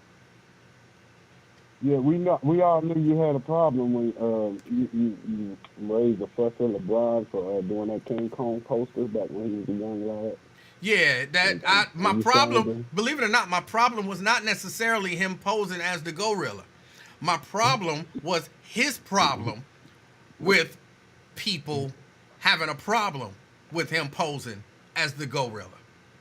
Oh, I got you. That makes sense. You like just taking a stride. Don't even worry. If you're gonna be a G, be a G. I feel you. I see what you're saying right there. You like, yeah, don't try to backpedal. You know what I mean? Well, no, he didn't try to backpedal. He started blaming other people, like as if we wasn't seeing what we was seeing, and somehow we were the problem. Like, no, fool, you posed as a gorilla on the cover of a magazine. Now it's my fault that I noticed that you posed as a gorilla on the cover of a magazine? How you mad at me? Because you was a gorilla. Yeah. I mean, yeah, well, the young lad was hurt. He was getting all that. You know how they be getting all that fanfare. So he was hurt, But he learned from that, I believe. Well, maybe. I don't know. He's supporting Kamala Harris, too. Okay. Good for him. I don't care all that much about who celebrities support. I mean, I guess that's good. It helps in terms of, I'm going to say, kind of knowing their worldview and all of that kind of stuff. But, maybe it moves the needle a little bit. But from my perspective, I don't really care. Right. It don't mean nothing for real. It's something they use against you. That's why a lot of people don't like to talk about those issues. But, man, I appreciate it, man. I'm glad you checked out the show, though. Yep. All right. Have you seen that Aaron Hernandez piece on Hulu? It's on FX, I believe. That's a good one. It's there. It's Oh, there. okay. What, is it a little weird or something? I don't want to spoil anything for anybody, Oh, okay. but I'll Okay, just I got say, you. I can say they're focusing way too much on one thing. Y'all already told us that. We know it now. If the whole series is just going to be about that one thing, I Yeah. don't even need to watch it no more. I thought I was going to Right. get, maybe some dramatized insight into something. Y'all just focused on one thing. All And we right. know it. We know. Can we move on? hmm And we know what that one thing is, Hollywood. Hollywood's favorite thing that shine. Yep. But I'm going to watch it, though, and I'm going to check back in with you. You know what I mean? I'm going to watch the first episode, see what it's hitting on. All right. Yes, sir. Thank you, sir. I appreciate your call. All right. That was CK. Shahara says, what's the one thing? I haven't watched it yet. I'm not going to say what it is. I think everybody kind of know what it is. I don't have a problem with them bringing it up. But it's been the focus. I think I watched 2 episodes. It's been the focus the entire time. Like, that is the focus of the series. Like, it's other stuff that was clearly issues. How about we focus on some of the other stuff too? So,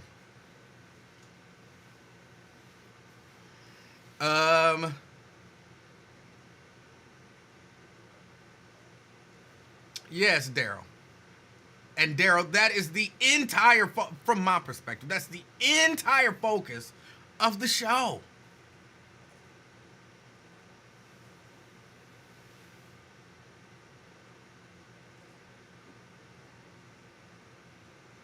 Walter said, I wouldn't even waste my time watching the Aaron Hernandez series.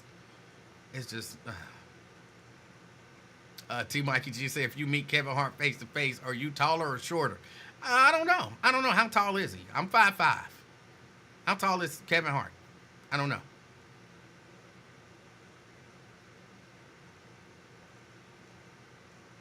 Twin says, Emanuel, you said 2 + 2 = 7. You're right. I did say that. Because it does. And I'm not going to argue. I said what I said.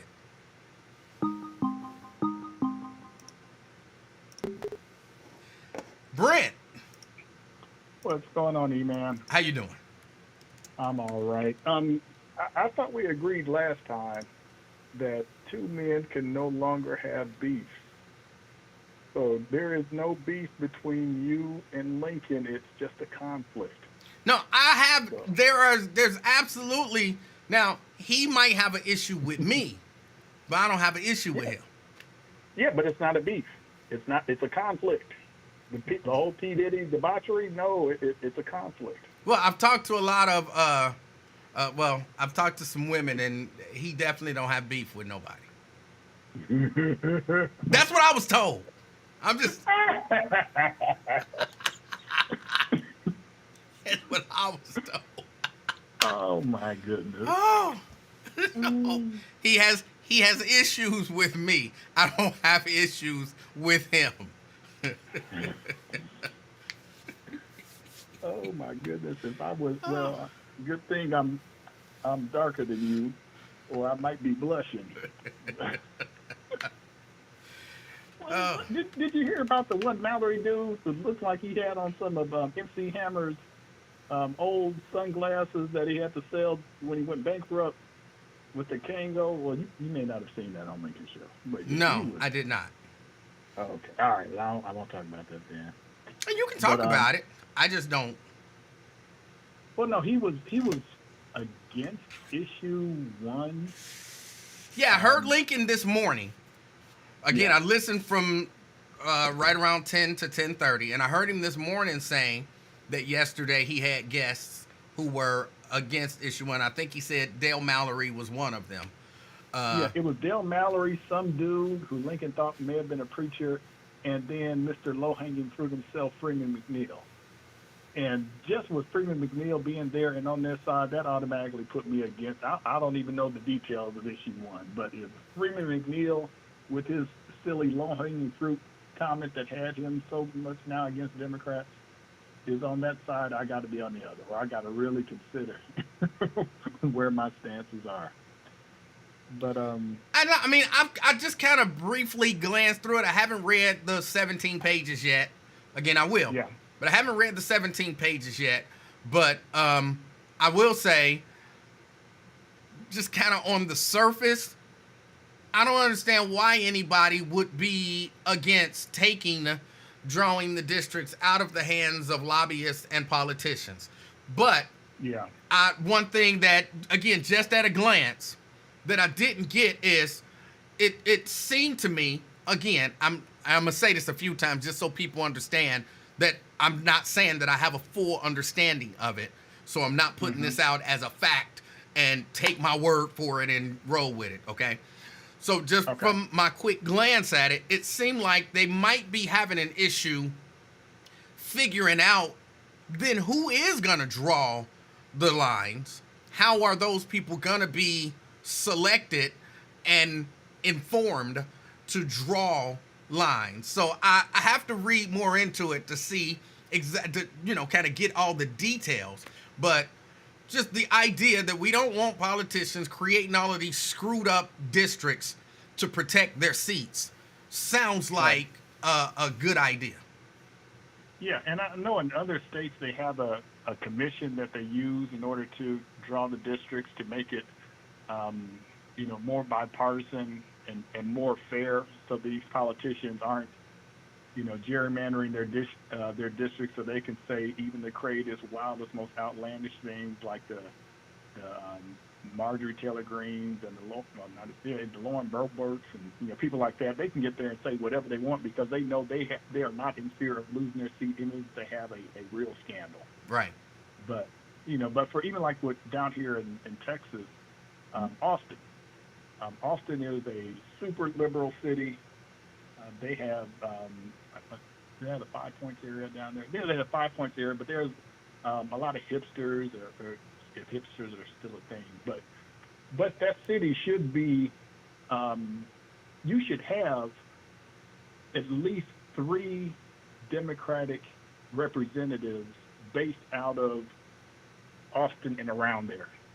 But there isn't a single one. And why is that? They have a gerrymander so much that one of the districts runs from Austin all the way up to the outskirts of Dallas, Texas, which is about 3 hours away. So that's how they have that district drawn, and they have it chopped up so that Democrats down here, the Republicans have super majorities. They run the table, House, Senate, Attorney General, any statewide elected office, they own it. Which is, so I definitely understand why they do that. And here in Texas, white folks are the minority. Latinos and blacks combined, they could actually run the table if it wasn't for gerrymandering. And then the suppression, like their drop boxes, for instance. They passed a law where there can only be 1 drop box per county. Now, out in those rural counties, you may have 300 people, and that's reasonable. But in Houston County, the county that Houston is in, Harris County, they have over 4 million people. So what sense does it make to have only 1 drop box unless you're trying to suppress the vote? In that sense, but yeah. But that's enough of that right there. The birthday shout out. I'm glad you caught that one. I thought Lincoln was going to catch on there for a second when I mentioned other people who had birthdays on the same day as his grandson, but he didn't. But it's a simple formula to disarm Lincoln. And I'm surprised Lincoln hasn't caught on over the years, because the first thing, all you got to do is either heap compliments upon him or talk about sports. Them racist white folks that call in and those ultra-Republicans, they do it all the time. And Lincoln, for some reason, he forgets everything, forgets what they said before, and goes right along with it. And then you slowly but surely turn up the heat on him and get him to agree and stuff. Then you can flip it on him. And once he's finally agreed to the flipped argument, it's too late. Your call is over, and he has to move on to the next caller. But that's the classic formula that them racists be using on him all the time, and he just doesn't seem to catch on. But you know what? Last thing before we get to the wrestling report, I think me and Miss Nettie got beef. Oh. Because somebody reported to her or told her, she doesn't have Facebook, but somebody told her about the little video clip I made with the real Terrence Howard and a representation of Miss Nettie, along with the Jodeci video when they out in the desert for some reason.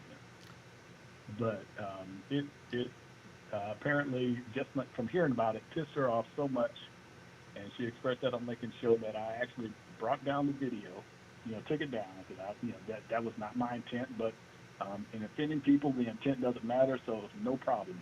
So if folks have a good picture of Miss Nettie and not the mama from the Three Bears from Bugs Bunny, please send it to me so I'll re-upload that video with her actual face there. So if she doesn't like it after that, hey, she didn't want to be coming on to Terrence Howard. That ain't my fault for bringing out what she actually does.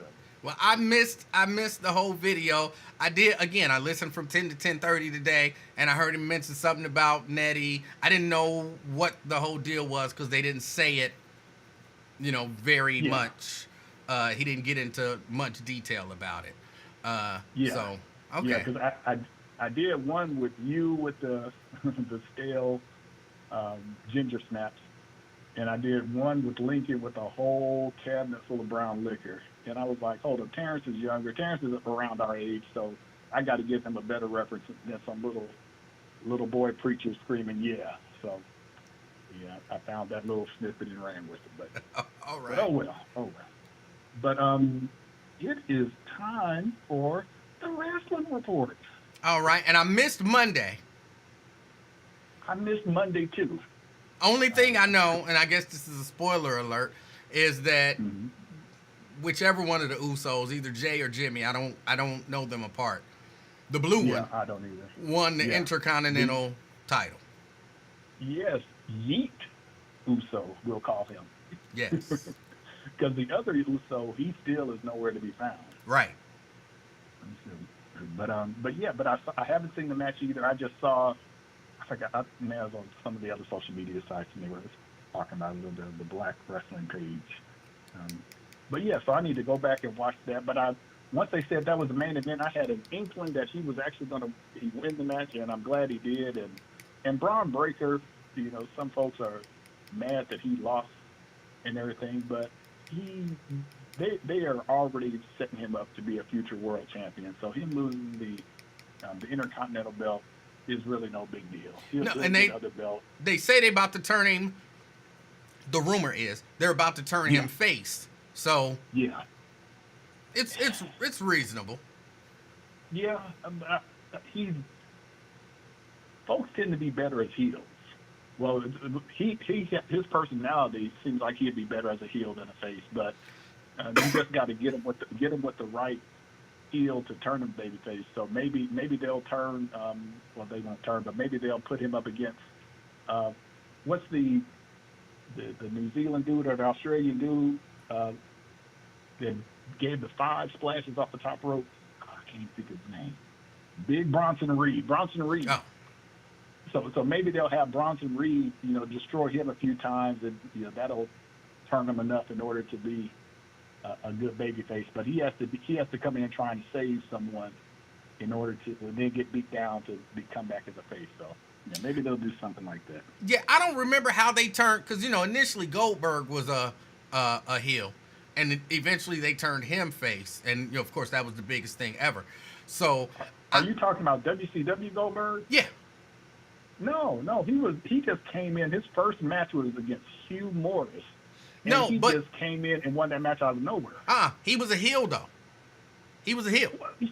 He was more like, I wouldn't call him a heel. He was more like Stone Cold Steve Austin. He didn't say much. He just went in there, no smile on his face, no interviews. No, because And remember when he was feuding with what is it, Steve McMichael? He was feuding with Steve McMichael, and he took his ring from him because he wanted a Super Bowl ring, so he took his ring from him. Yeah, he was the face, the heel in that feud. Yeah, he was a heel. Okay, yeah, I don't remember that. Last thing I remember before he wound up going against Hogan and beating him was when when Steven Regal was allegedly working him stiff and wouldn't allow him to get the moves off. Which Steven Regal said, "No, I did what they told me to do, and it ain't my fault he was green." But okay, I could have missed that one. But man, LaDonna just now showing up. Sorry about LaDonna. I'll go ahead and review what we've said on the wrestling report. But nah, I'm not gonna do that. But one last. I do have MGM Plus, so I will trade you that password for your passworded access to Amazon Prime. I have some more equipment that I want to buy, and why not you pay for it? See that becomes the problem with giving somebody your Amazon Prime number is they got access to a whole lot more than so I can't give you Amazon Prime, but I can give you almost anything else in terms of password to streaming services. Yeah, and I really don't know why they do that. That is just silly. But I guess that's to keep people from sharing. No, that's smart, I guess, when you think about it, keep people from sharing Amazon Prime passwords. Because you ain't going to share it unless you family members or someone really, really tight. Right. Or you look at your credit card statement like, who the hell bought it? Yeah, my daughter, she has my Amazon Prime account. No issue. No problem. That's about it. Exactly. And okay, well, that's all. I think that's all I had. That is all I had. Oh, no, one quick thing about the kids. At the government square or whatever it's called down there. Man, what is the solution? The solution for that? Well, one thing, don't criminalize the kids. I hate it when I hear people first thing when it comes, especially comes to our kids, the first thing and their reflex is just lock them up, lock their parents up. Why they being so bad? Focusing on that small percentage that is doing the bad and just labeling, painting a broad brush. Because that's how white folks talk about it. So I'm like, I don't like that. All right. Now, maybe if they keep track of the kids, somehow get the information back to their parents, whether it's, get their names, pass it back through the school, and then sending letters of notification to the parents. And then if the parents don't respond and the kids don't act right, then you can take other steps. But to immediately jump where you're, trying to, send in school resource officers, which down here are just police officers assigned to school, and they only know one way how to handle, the so-called enemy, and that's, rough and disrespectful in a lot of cases. So you don't want to do that. Should be the last option, like it is for their children. But they're quick to come up with that option. But there has to be another way. And why did initially CPS get rid of their own school bus system? They didn't have their own school bus system. They contracted out. So there were a lot of like yellow bus companies, and they used or at least for as long as I can remember, when I was in high school, we got those special school routes from Metro. So it was never CPS owned buses and took kids to and from school. They always paid people to provide that service.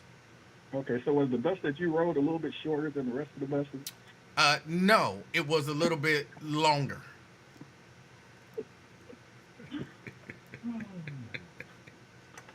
Yeah, I rode the long bus. Good Lord. All righty, man. You take care, and I'm glad you enjoyed the birthday. Oh, hold up. You didn't comment about your birthday collage. I saw it. I kind of glanced at it, and it was interesting, but I didn't really take much time to focus on it because I was really busy on my birthday. Mm-hmm. Opening gifts, I'm guessing. Just busy. Just, people wanted to take me out and, all of that kind of stuff. All All right. But all right, before I get myself in trouble here, you have a great day. You do the same, Brent. All right, bye. All right. Um, you rode the long bus. Pause. Now, why? The short bus, y'all thinking sexually. I'm thinking intellectually. When people talk about the short bus, that's for people who, you know, have typically some disabilities of some sort. So you'd imagine that the normal size bus, it's just normal kids.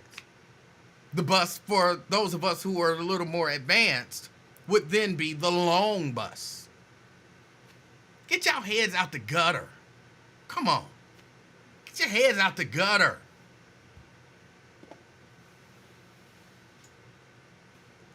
I wasn't even thinking about that. Y'all nasty. Y'all nasty. Y'all, that's about it. I got some stuff that I had to do. Here's what I do have to say. If something ever happened to me, it ain't gonna be that long before people know. It ain't gonna be that long before people know. I was out and about, and my daughter called me. Oh, what day was this? I want to say this might have been Friday or whatever. I was out and about, and my daughter called, and I didn't answer. I didn't answer because I had ran into the store and forgot my phone in the car, which I never do. So when I came back out, I saw that I had missed a call from my daughter. This child, she had texted me probably about, and it was maybe 10 minutes, 15 tops, 15 minutes tops. She had texted me, it had to be 4 times. She had left like 2 or 3 voicemails. And when I called her and she picked up the phone, she said, I'm at your house. It's dark. And I'm out here checking the bushes and stuff. Why are you checking the bushes? Because if something happened to you, I imagine they would put you in the bushes. She's out looking for bodies in the bushes. After 15 minutes. So if something happened to me, I believe wholeheartedly people gonna know real fast. Because I had to tell her, like, dial it down a bit. And she like, but you always answer your phone, and you didn't answer your phone, so I had to check on you. I'm like, so you left your house, you were definitely speeding to get to my house while texting and leaving voicemails and checking the house, and now you're checking the bushes. Like, is it, all kind of things could be happening. So relax. So I saw a little something that said, if you came up missing, how long would it take for anybody to know that you was missing? For me, about 15 minutes. That's about it. Everybody would know in 15 minutes. Nate. Amen. Ooh, that phone acting up again. Okay, hold on 1 second. Hold on 1 second. All right, how about now? That sound better. All right. Happy birthday. Thank you. Now, I want to hit on something I haven't heard any of your callers hit on. Apparently, Councilman Reggie Harris has got a new job at HUD, making the big bucks, and said, forget Cincinnati, I'm going with the feds, where I can make some dough, and that means a opening has come open on Cincinnati City Council. Yes. Now, before you say no, let me run this down to you.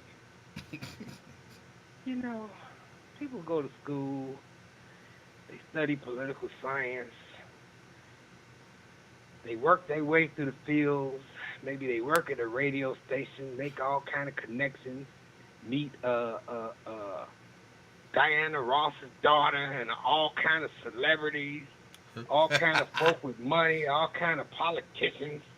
They position themselves to be ready. They say, if you stay ready, you don't have to get ready. Is that how? I think I just messed that Something like, no, I think that's it, yeah. If you stay ready, you don't have to get ready.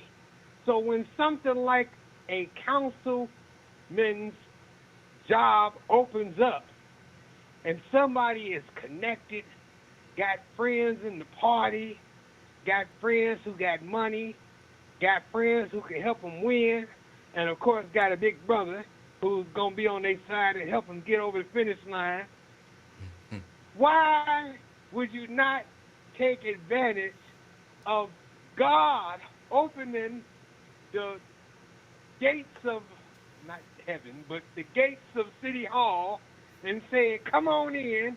Why isn't Emanuel Livingston declaring himself a candidate for Cincinnati City Council right here, right now on the Afternoon Experiment podcast? Because I have no desire to be at this point on city council. I don't follow enough. I don't know enough of really what's going on. I don't feel like I could be effective at this point. I like little Mika Owens, but you telling me you don't think you know more than little Mika Owens? No. No, cause I like what's the white guy? Who's the white boy? I think he's from Northside College Hill. I don't know. You know more than him. You don't know more than Jeff Passon knew. Sam Malone. No, look. I believe that the people that you're mentioning. Those are all people who kind of tied themselves to the political machine. And so, no, I don't know the people. I don't know the movers. I don't know the shakers. I don't know, the policies. I don't believe that I have the personality to be a city council member. I'm pretty sure I don't have the patience to deal with nonsense that goes on in terms of city council. I definitely don't have the I'm gonna say selfishness, even though that's not the word that I was looking for. But I had 17th-degree COVID. But I don't have the selfishness to play politics, and that's what has to happen for somebody to successfully be a councilman, as far as I'm concerned. But if not you, then who?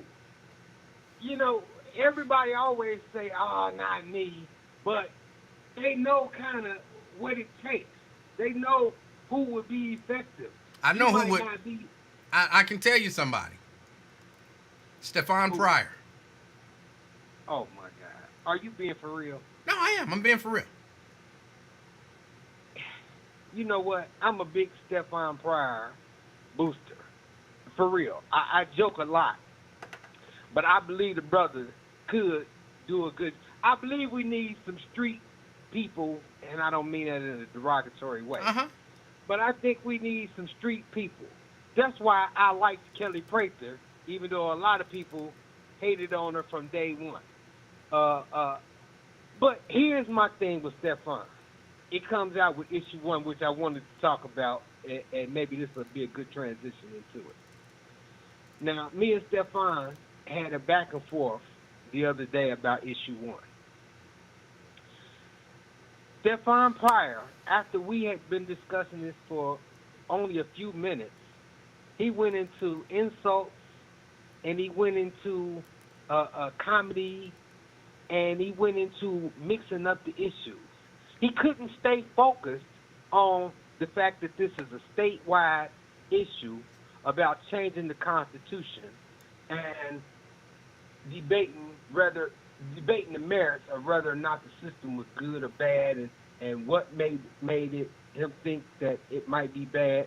He went into all these first he went into conspiracy theory. He went into, well, they just gonna use that to shut down the black politicians. It ain't good for the black politicians.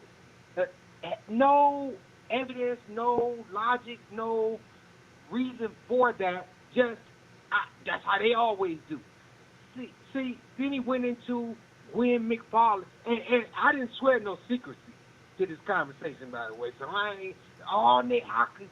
Can't nobody have no personal interactions with you because you gonna tell it on the Afternoon Experiment as soon as your brother get on there. Nah, I didn't swear no secrecy to this guy. Then he went into, well, Gwen McFarland is a lobbyist, and they saying that it can't be no lobbyists associated with it. So how is Gwen McFarland over the party, but she is a lobbyist or she associated with? It was so crazy. I didn't even know what he was talking about. And what do a local county party chairman got to do with a statewide initiative to change the statewide constitution? And then he went into, and I heard you trying to get in, so he went into, but Maureen O'Connor, she's a Republican.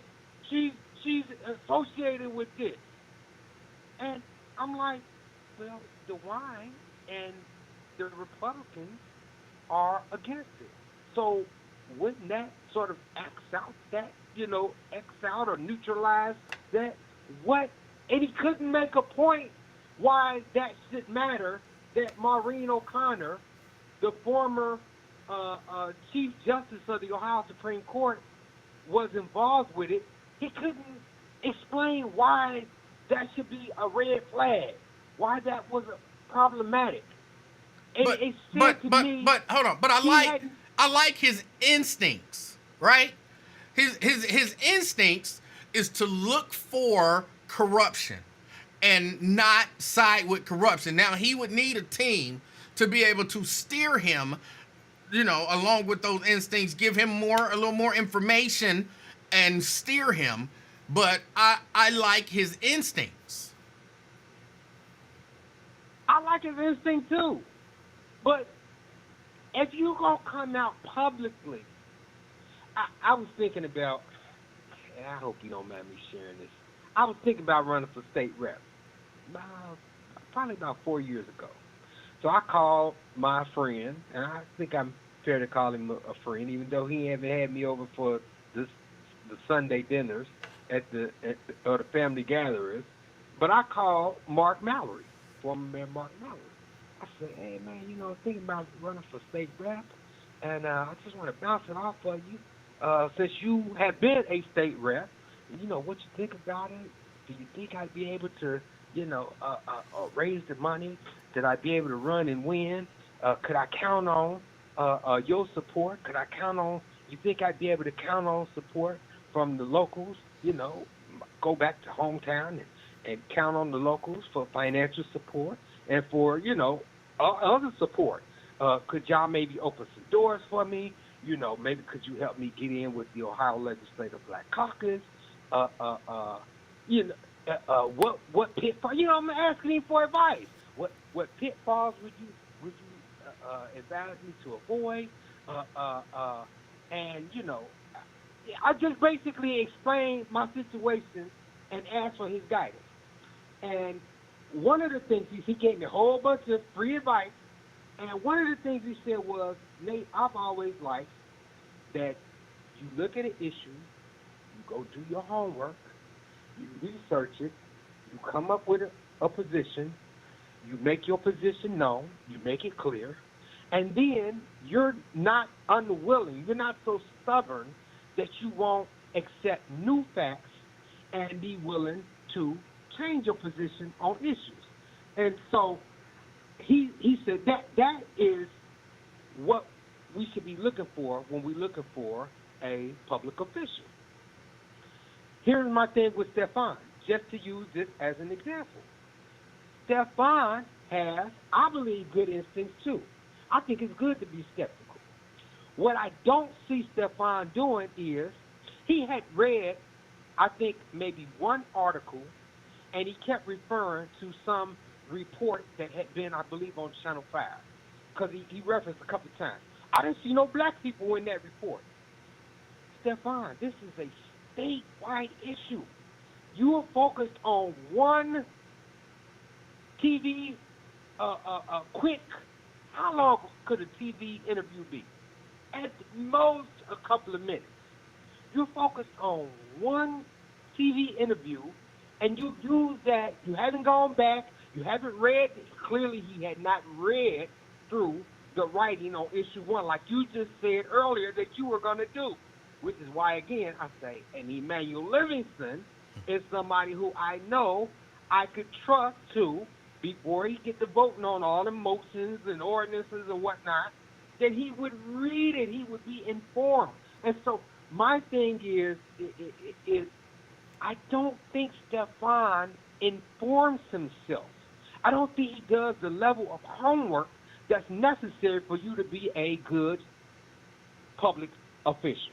And I heard Doug Springs, of all people, call in a couple of, I guess it's been a couple of months ago now, and he said, he said he likes Stefan, but he said, we got to get the brother and we got to work with him.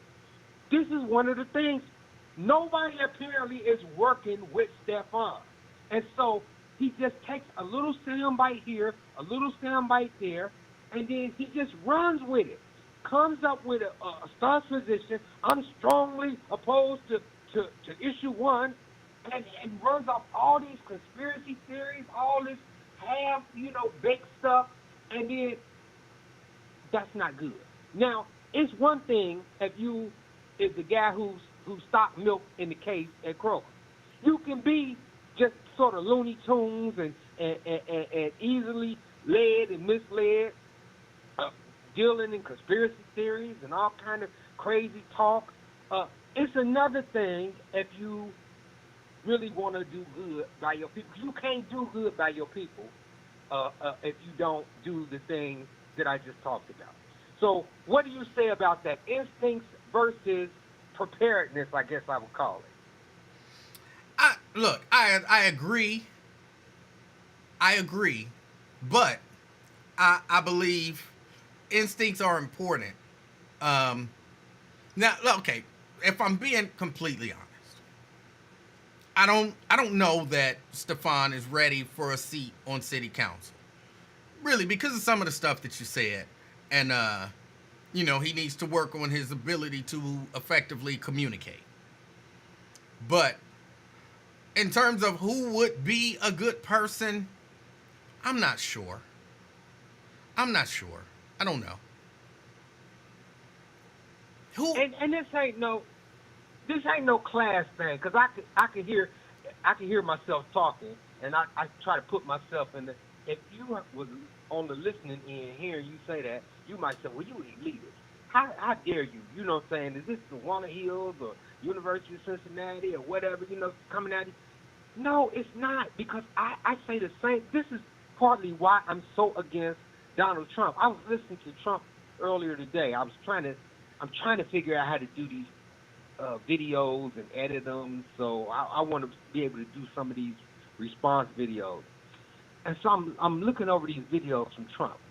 One video, he's talking about windmills and how if you go to any windmill, at the bottom of it is a pile of dead birds, and how the windmills is causing cancer to people. And then in one of the videos I saw, he's actually making the sound. You can see how that will cause cancer. And I'm thinking, no, I can't see that. And then he's talking about, and the windmills are killing the whales. And whether it's that or whether it's when you talk to him about health care, and he's got this thing where he's out there now saying women are, in America, they're being 9 months pregnant, and then they deliver the baby, and then the doctor takes the baby and they kill the baby, and that's what the Democrats want. Or whether it's, I could go down the list of stuff where he thinks he really believes this, and you can tell he believes it because he keeps saying it. He really believes that in America, parents are dropping their children off. He says, you drop little Johnny off at the school.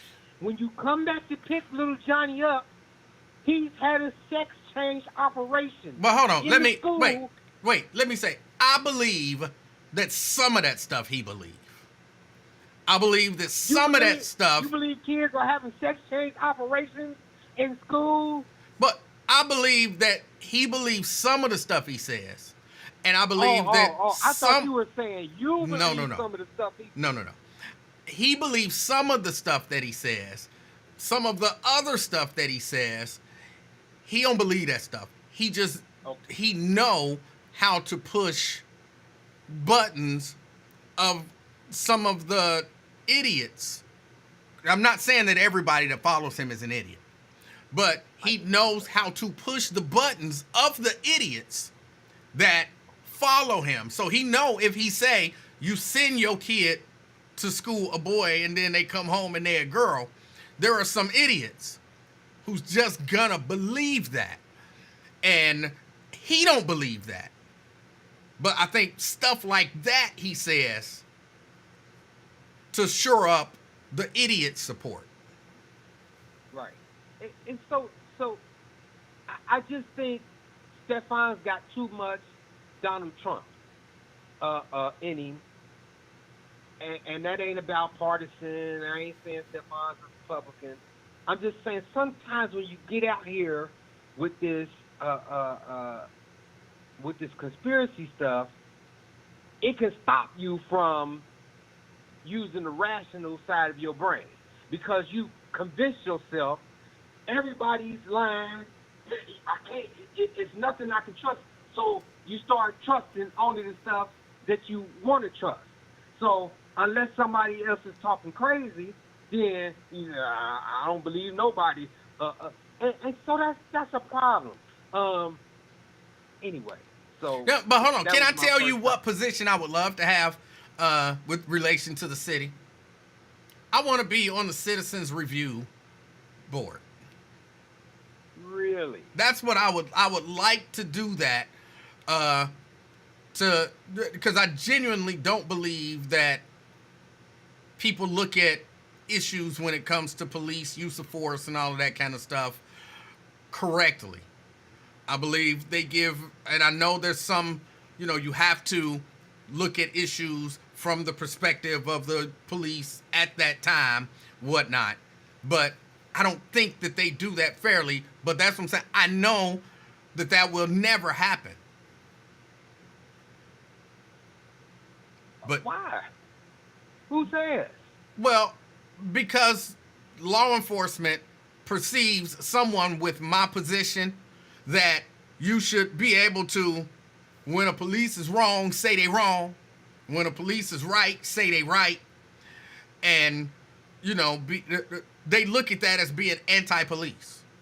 And so if law enforcement looks at you as anti-police, politicians are not going to appoint you on a board to oversee police. We're gonna have to talk off the air. Do you think that? Do you know who's on the panel right now? I on the can't. board right now? I don't know who's on it right now. It's been a minute since I've been down there. For a while, I was going to the meetings, but it's been a while since I've been down there. Actually, it's been a couple years, before COVID, since I've been down there. So no, I don't. When I tell you who I'm gonna tell you off air, and you'll understand why I'm telling you off air. They ain't them kind of people, Well, I will tell you one. You know the I can't call her name, and I'm gonna describe her, and then somebody gonna, whether they say it or not, they're gonna be mad at me for how I describe her. She's a big chocolate sister, kind of young in age. I want to say maybe 30s. Got at least one child. She was she came to the community when they was trying to sell the choo-choo train.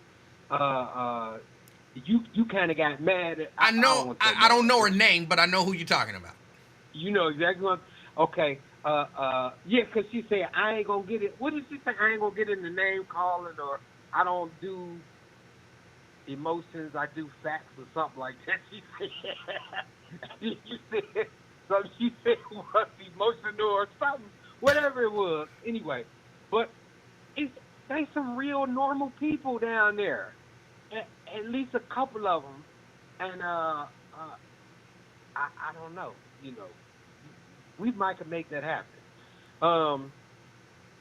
Truant officers, you talked about the police chief and the truant officers and the schools. And first, I gotta ask you, if you don't mind sharing, how many PTA meetings did our mother go to? I don't ever remember Mama going to no PTA meeting. I don't remember going to a single one. How many school functions do you remember Mother coming to? I remember her going to a few. She came to a few things for me. Only thing I remember Mama showing up for was graduation. Yeah, no, Mama showed up to some musical things that I did. She showed up to, I want to say like a luncheon or something like that. And she showed up to a few parent-teacher conferences. Really? Yeah, and of course, she got called in a few times and showed up at the school up in the middle of the day, mad as hell, about me not doing homework and stuff, and had meetings with, me and the principal and stuff. Well, maybe I was just a good child because I don't remember Mama coming to school for no parent-teacher conference, no nothing.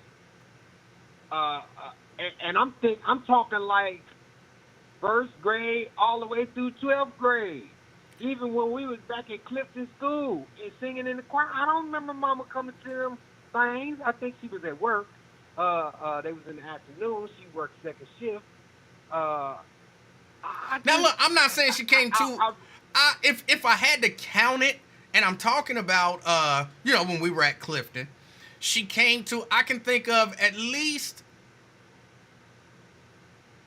4 times when she came to the school. She got called to the school during the school day about, me not doing homework or something. I can remember at least 3 or 4, at least 3, but I think 4 different functions that she showed up for. Well, I know you must have got some whoopings if she had to go up to that school. Oh yeah, she told me up. But I'm thinking all the way through first grade through 12th grade. I could probably count on one hand the number of times that I remember Mama showing up to the school. I can count on 2. I would say probably 8 times total that I can remember. And I raised it. I raised that because I think maybe I'm misunderstanding what you're saying. It seems like you're saying that the answer is, or the big part of the answer is, parental involvement. And I guess what I'm saying, the reason I'm asking the question is, I'm like, I don't remember it being a whole bunch of parental involvement. I remember it being at home a whole bunch of parental expectations. Education is the key. You gonna do that homework. You gonna graduate from school. We gonna, I remember that kind of stuff.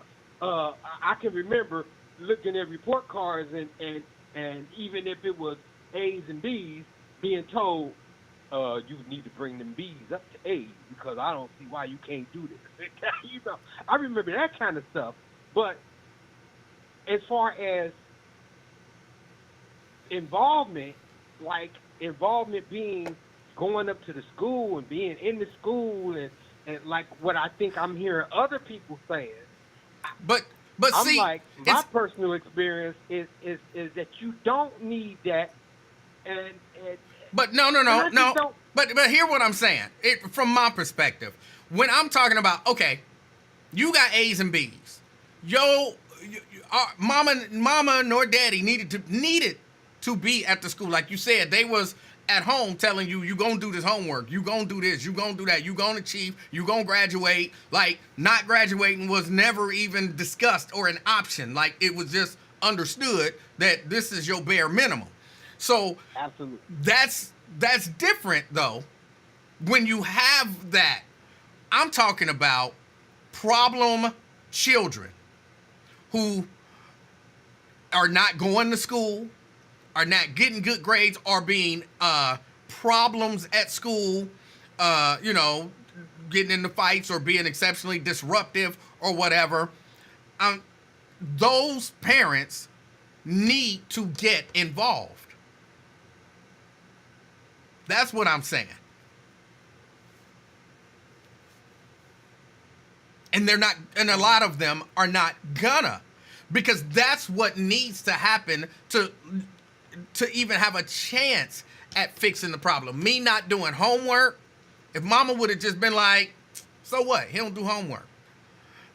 The teachers didn't stand a chance, but because mama was on their team and she would get called to the school, and like you said, I got a good whooping about not doing homework. It didn't change nothing. But I got a good whooping about not doing homework every time. It just, she needed to, that involvement needed to be there. Well, let me throw one more thing before I go to the truant officers and the police. I don't know when. I mean, I know your daughter is grown now, and you know that little baby is just in first grade. You know, I got a 10-year-old, so when I go up to her school, and it's one of the more relaxed schools in the district, it's like getting into a bank. It's worse than getting into a bank. You know, you got to have ID, you got to get swiped in, and they got to know you. They got a whole bunch of questions. We had one of the older kids who's out of school now. We just kept hearing all these reports. You know, they're not doing right in class. So we said, me being me and the wife, we said to ourselves, we gonna do a spot check. You know, because we want to see what he's doing, but we also want to see what the teacher's doing. They told us, we showed up one day, unannounced, no appointment, no nothing, because you remember the schools used to have this little triangle, this little square thing at the bottom of the windows? This is your school. Your visit is welcome. Mm-hmm. We blah, blah, blah, blah, blah. They ain't got them no more. So when we went into the office and met with the principal and told her what we was there for, she said, well, I got to check with the teacher. And then the teacher said, nah, they can't come down here. And we said, what you mean we can't come down there? You're the principal. She said, it's a union rule. Now, it's a different union than in Cincinnati. She said, it's a union rule. And the union says that the teacher don't have to let y'all come down there and sit in her classroom and observe y'all child. I'm telling you, I don't know if that's in Cincinnati, but they make it hard for parents to pop up at school, to observe what's going on, to have interaction. And then, like in Toledo, when I hear, you know, because we hear the same kind of grumbling in the community and meetings and whatnot. When I hear that, I always think to myself, how many of y'all have actually tried to do what y'all saying good parents should be doing? How many of y'all have tried to do a spot check? Or even after that, they gave us a hard time about making an appointment. Because we eventually said, okay, well, we understand we can't do without her approval, so we need to get her approval on when is an appropriate day.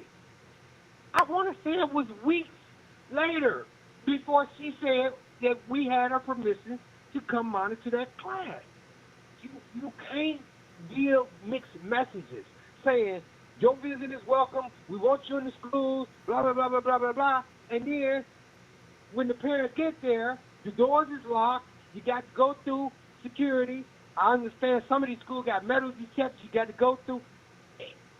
It's giving sort of like bipolar vibes to the parents, and I don't know what you do about it, but I'm for the parents. I just think parents get a bad rap, and the parents, when it comes to the police and the community, I think the people are right who say, yeah, it's responsibility shared on both sides, but the professionals, the ones who went to school, who went through the academy, who get paid by the taxpayers, if it become a pissing match between a professional police officer and an untrained civilian, the professional got to step up and be the bigger man or woman. Or, you get what I'm saying?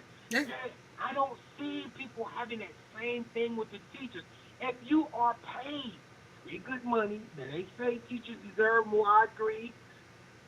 But if you're getting paid to educate, and the majority of your students is failing, You the problem. I'm sorry. It might be more than one problem, but so let me put it like this: you one of the problem. If your teaching methodology is not working, all your people is still. If you owned a bakery and all your cookies was burnt up, you can't say, well, it's the oven's fault. Well, it's the flour's fault. Well, it's the baking powder's fault. It ain't. No, you are the professional cook. So the professional teachers get a pass. Nobody wants to say that the teachers got to be checked. They got to be more accountable. I don't see no accountability. Who paid for truant officers? I do remember truant officers back in the day. Do you know who paid for them? I don't know who paid for them. I'm thinking they were police officers on the truant officer detail. I'm guessing. And the reason, so when the chief of police says, y'all need to take, as Lincoln Ware was saying, I understand you didn't hear the whole show, and you might not have heard all of the show yesterday. Lincoln's got this thing that he's saying. All these people in the schools is these walkie-talkies. You go in any school, they got these walkie-talkies. Why can't you send some of them walkie-talkie people down to Fountain Square? Well, wait a minute. And when I first heard him, I ain't gonna lie, I was like, look at Lincoln coming up with solutions. Ain't that something? I was thinking, oh my God, a reasonable solution. But then I heard the chief say that I want to say it might have been E. Bolton. E. Bolton talked, and then the chief talked. One of them said, and I might have got this number wrong. I think she said we have maybe, I don't know. She said 1,000 or 11,000. We sound more like the number of bus riders every day. 1,000 or 11,000. I would say 11. So I think maybe she said we have 11,000 children every day riding the bus. That's a lot of kids.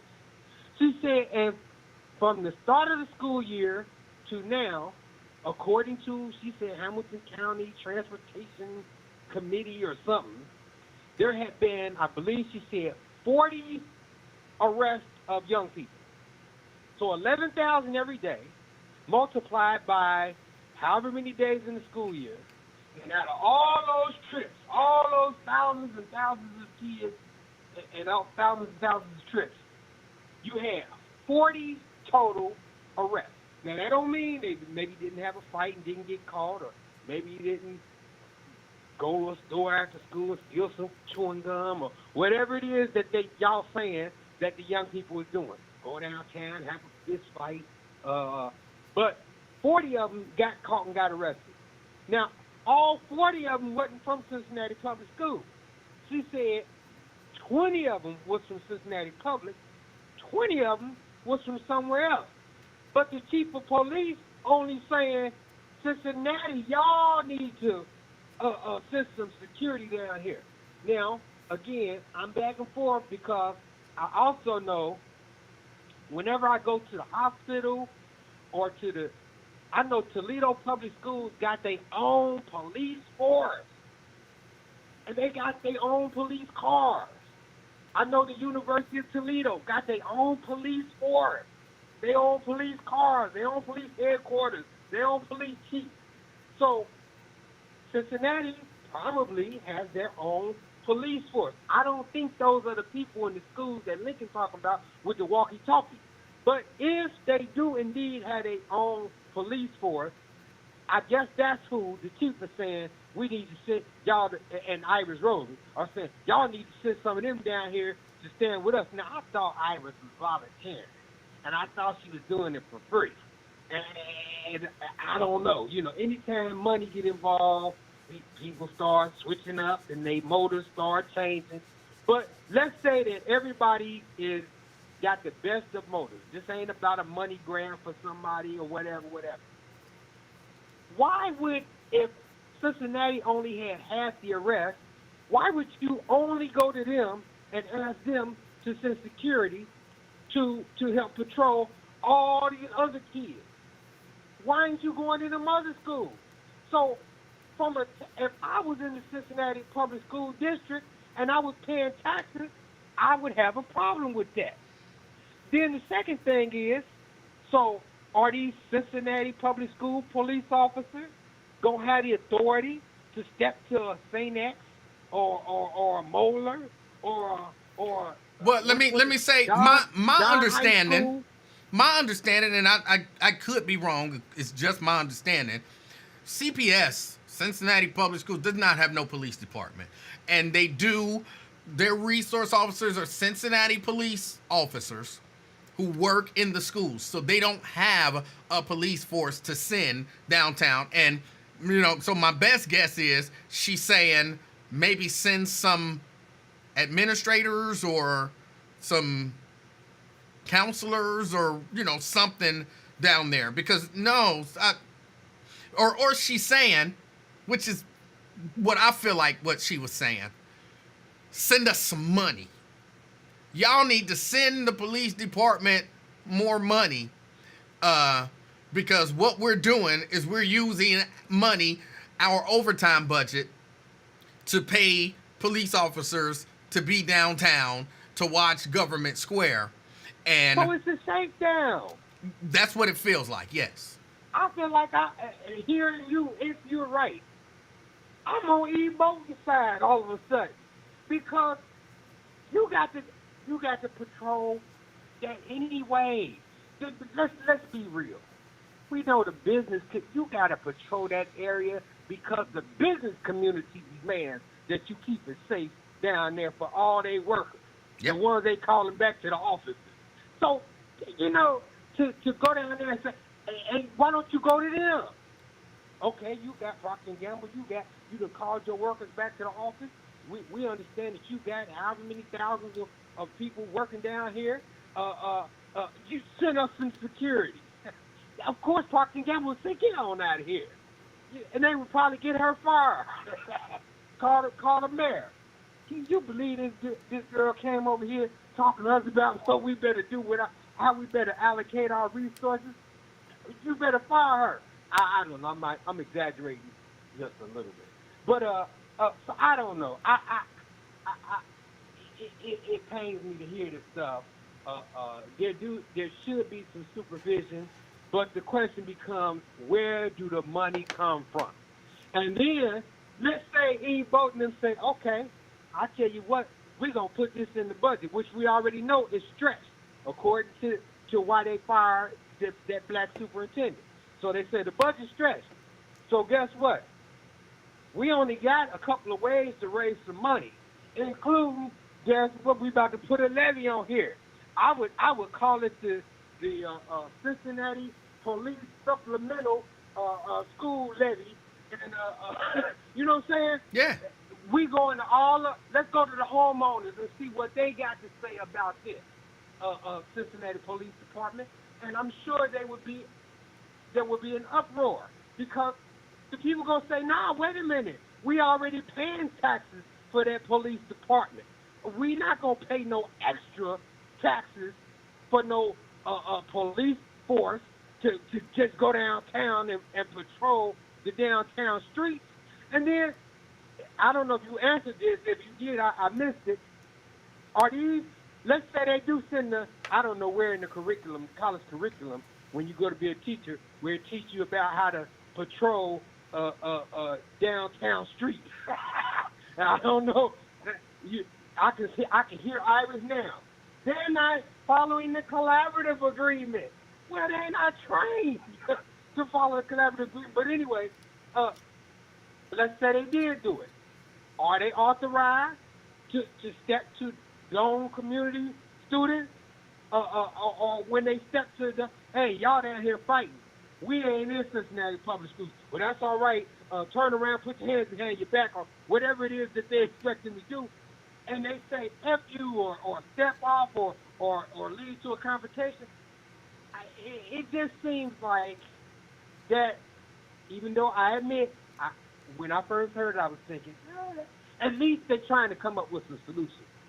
But upon closer reflection, which again takes me back to my first point, and then I'm a hang up. Thank you so much for talking to me and giving me the time. This is what people like Stefan ought to be doing. You got to think through these things.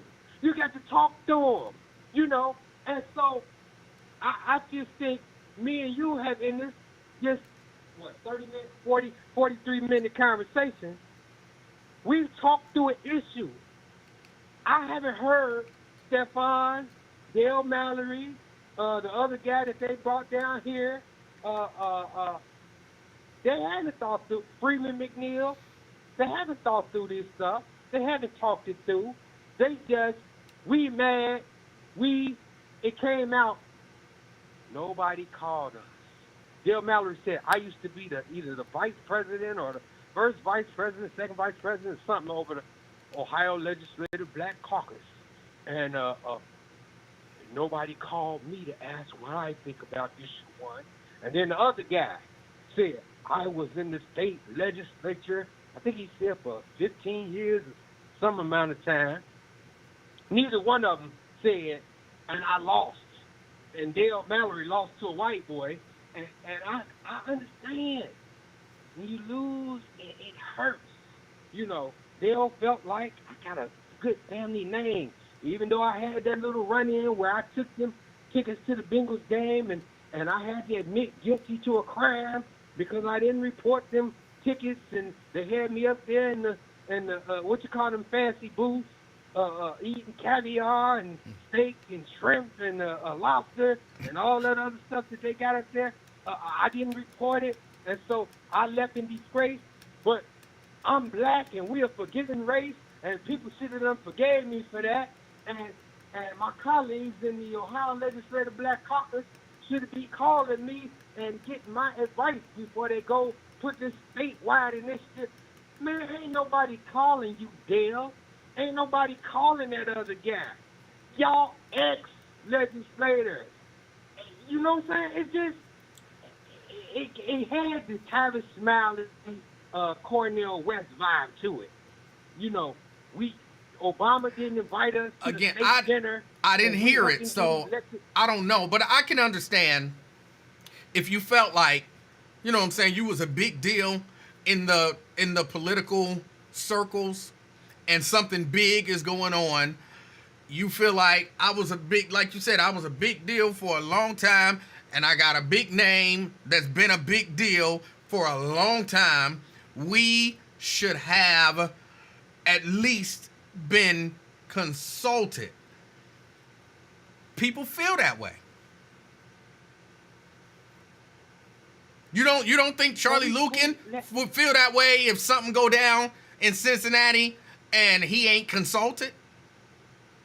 But we can't let okay, I'm not saying I don't understand how he could feel like that, if he feel like that, because we don't know.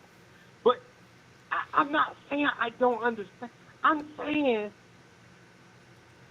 you can't. I don't look at Dale. When I looked at Dale Mallory, even though I joked him about the only thing he did for 8 years was the bed bugs declared war on the black people, and Dale Mallory fought back and he defeated the bed bug deal. Okay, ha, that's my joke. But even if you do think like that, how can you be so, and it's on the tip of my tongue, but I don't want to say it because I really like the brother, you know. How can you be so damn petty to where you in your feelings, you in your fees that now I'm just going to do everything I can to stop y'all? That's not. You're a dignitary in the black community. You part of, if Black Cincinnati had royalty, Dale would be a prince of Black Cincinnati. You know what I'm saying? So you can't act like that. You acting like the Trump boys. You acting like Don Jr. or Eric Trump. I expect more from Dale than to just be butt hurt and then so I'm gonna be against it. Ain't read it, can't tell you nothing, and then supporting the current system, because that's what you're doing when you come out and say I'm for no on issue 1. then you're saying I'm for the current system, which is 5 Republicans versus 2 Democrats, Now, hold and on. we That's don't not have to true. listen to nothing That's they not say. necessarily true. Just because you're against a proposal don't mean you like the current system. Just like, I'm going to go back to something we didn't agree on. Just because I was against that monopoly of legalized marijuana doesn't mean I was No for monopoly. marijuana being illegal. I just didn't like that solution to the problem. So it's possible that what he's saying is we need a solution to the problem. I don't like this solution to the problem. Well, the way he got on the show, he got invited was because he called in and he was saying a bunch of crazy stuff, and I called in and confronted him and challenged some of the stuff he said. And his thing is, I want to go back to the old system where the state legislators he wanted to do away with what the people did put in place, the current system that is now 5 Republicans and 2 Democrats. The people did that. The people of Ohio, the majority. So Dale wants to go back to when we don't have to do with that last change from what the people said. We want to go back to back in the day, like when my daddy was in the state house, and then the Republicans got with the Democrats and the state legislators drew up the line. And let me just say that. No politician is drawing up maps. That ain't part of what they do. Their assistants ain't drawing up no maps. I have personally drawn up a map because I had a proposal on how to Cincinnati was in a great debate about whether or not we should stick with the at-large system for council, or whether or not we should go to a district system, or whether or not we should go to a hybrid system, which is like what we got in Toledo. We got 12 council members, 6 of them are district, 6 of them are at-large, or whether or not we should go back to proportional representation. You might remember all this stuff. I remember all whether we should go to proportional representation, or they had some other system. And so I forget what there was a little small green party in Cincinnati, and they wanted us to go to, I think you call it ranked choice voting. And so you had all these different competing ideas. And so I knew some of the people over at the University of Cincinnati. I went over to the architecture school. I said, can y'all teach me how to do these maps? I said, I'm just as smart as anybody else. And so they said, we can't teach you, but we can show you the software that's used, and then we can give you some pointers. And sure enough, I got the software. I figured it out. It's extremely complicated. You have to learn how to deal with census districts and census tracts. And in Cincinnati, y'all got precincts, y'all got wards, and then you have to try to make sure that you don't have Bond Hill voting with Price Hill. You know what I'm saying? You want to keep them sort of close together, and you got to keep a certain number of people in each district for it to be legal. And then you got all these voting rights acts, so you can't just. One of the things they kept saying is they can go in here and if y'all vote this in, they can go in here and say we Xing out all the black districts. That's a lie, because the Voting Rights Act still applies, even though it's watered down. But the point is, I just think the days of us going back to the old system and giving the politicians all the power, which really didn't work for us still, is never going to happen. The current system definitely is broke, and so this new system seems much more fair. I have read the 17 pages. It is a lot of writing, and a lot of it, sometimes you have to read it 2 or maybe 3 times to get it. But I just think it does black people a disservice for people to come out here and argue against it when they haven't taken the time to read it, and they haven't taken the time to study it. They haven't bounced it back and forth with a number of people. And so I just think that's kind of irresponsible. And I think that's all I had. I probably had a whole bunch of other things, but I was driving. I didn't have time to take notes. And you gave me, what, about an hour now? And so Been a minute. I don't know if you got. Oh, I do want to ask one thing, and I don't want to even ask it off the air. So, okay, when I go to log on today, the reason why I thought I was first was because I went into the Afternoon Experiment Facebook account, right? I didn't see no comment. So I said, okay, I'm going to jump on here real fast because I've been trying to be first for a couple of days now. So you start reading off all these things. I'm like, I don't see none of these.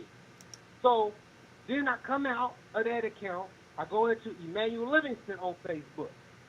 I see some of them, not all of them. I said, okay, maybe them people got me blocked.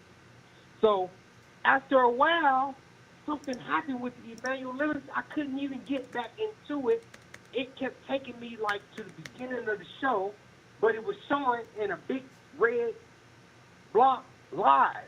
So I'm like, I know he's still on there. So finally, I went out to. I remember you had told me something before. So I went to your YouTube account. Now I didn't see none of the comments, but I could see them sort of like scrolling up, and then so. If all these people was listening on Emanuel Livingston Facebook, how come I couldn't get on?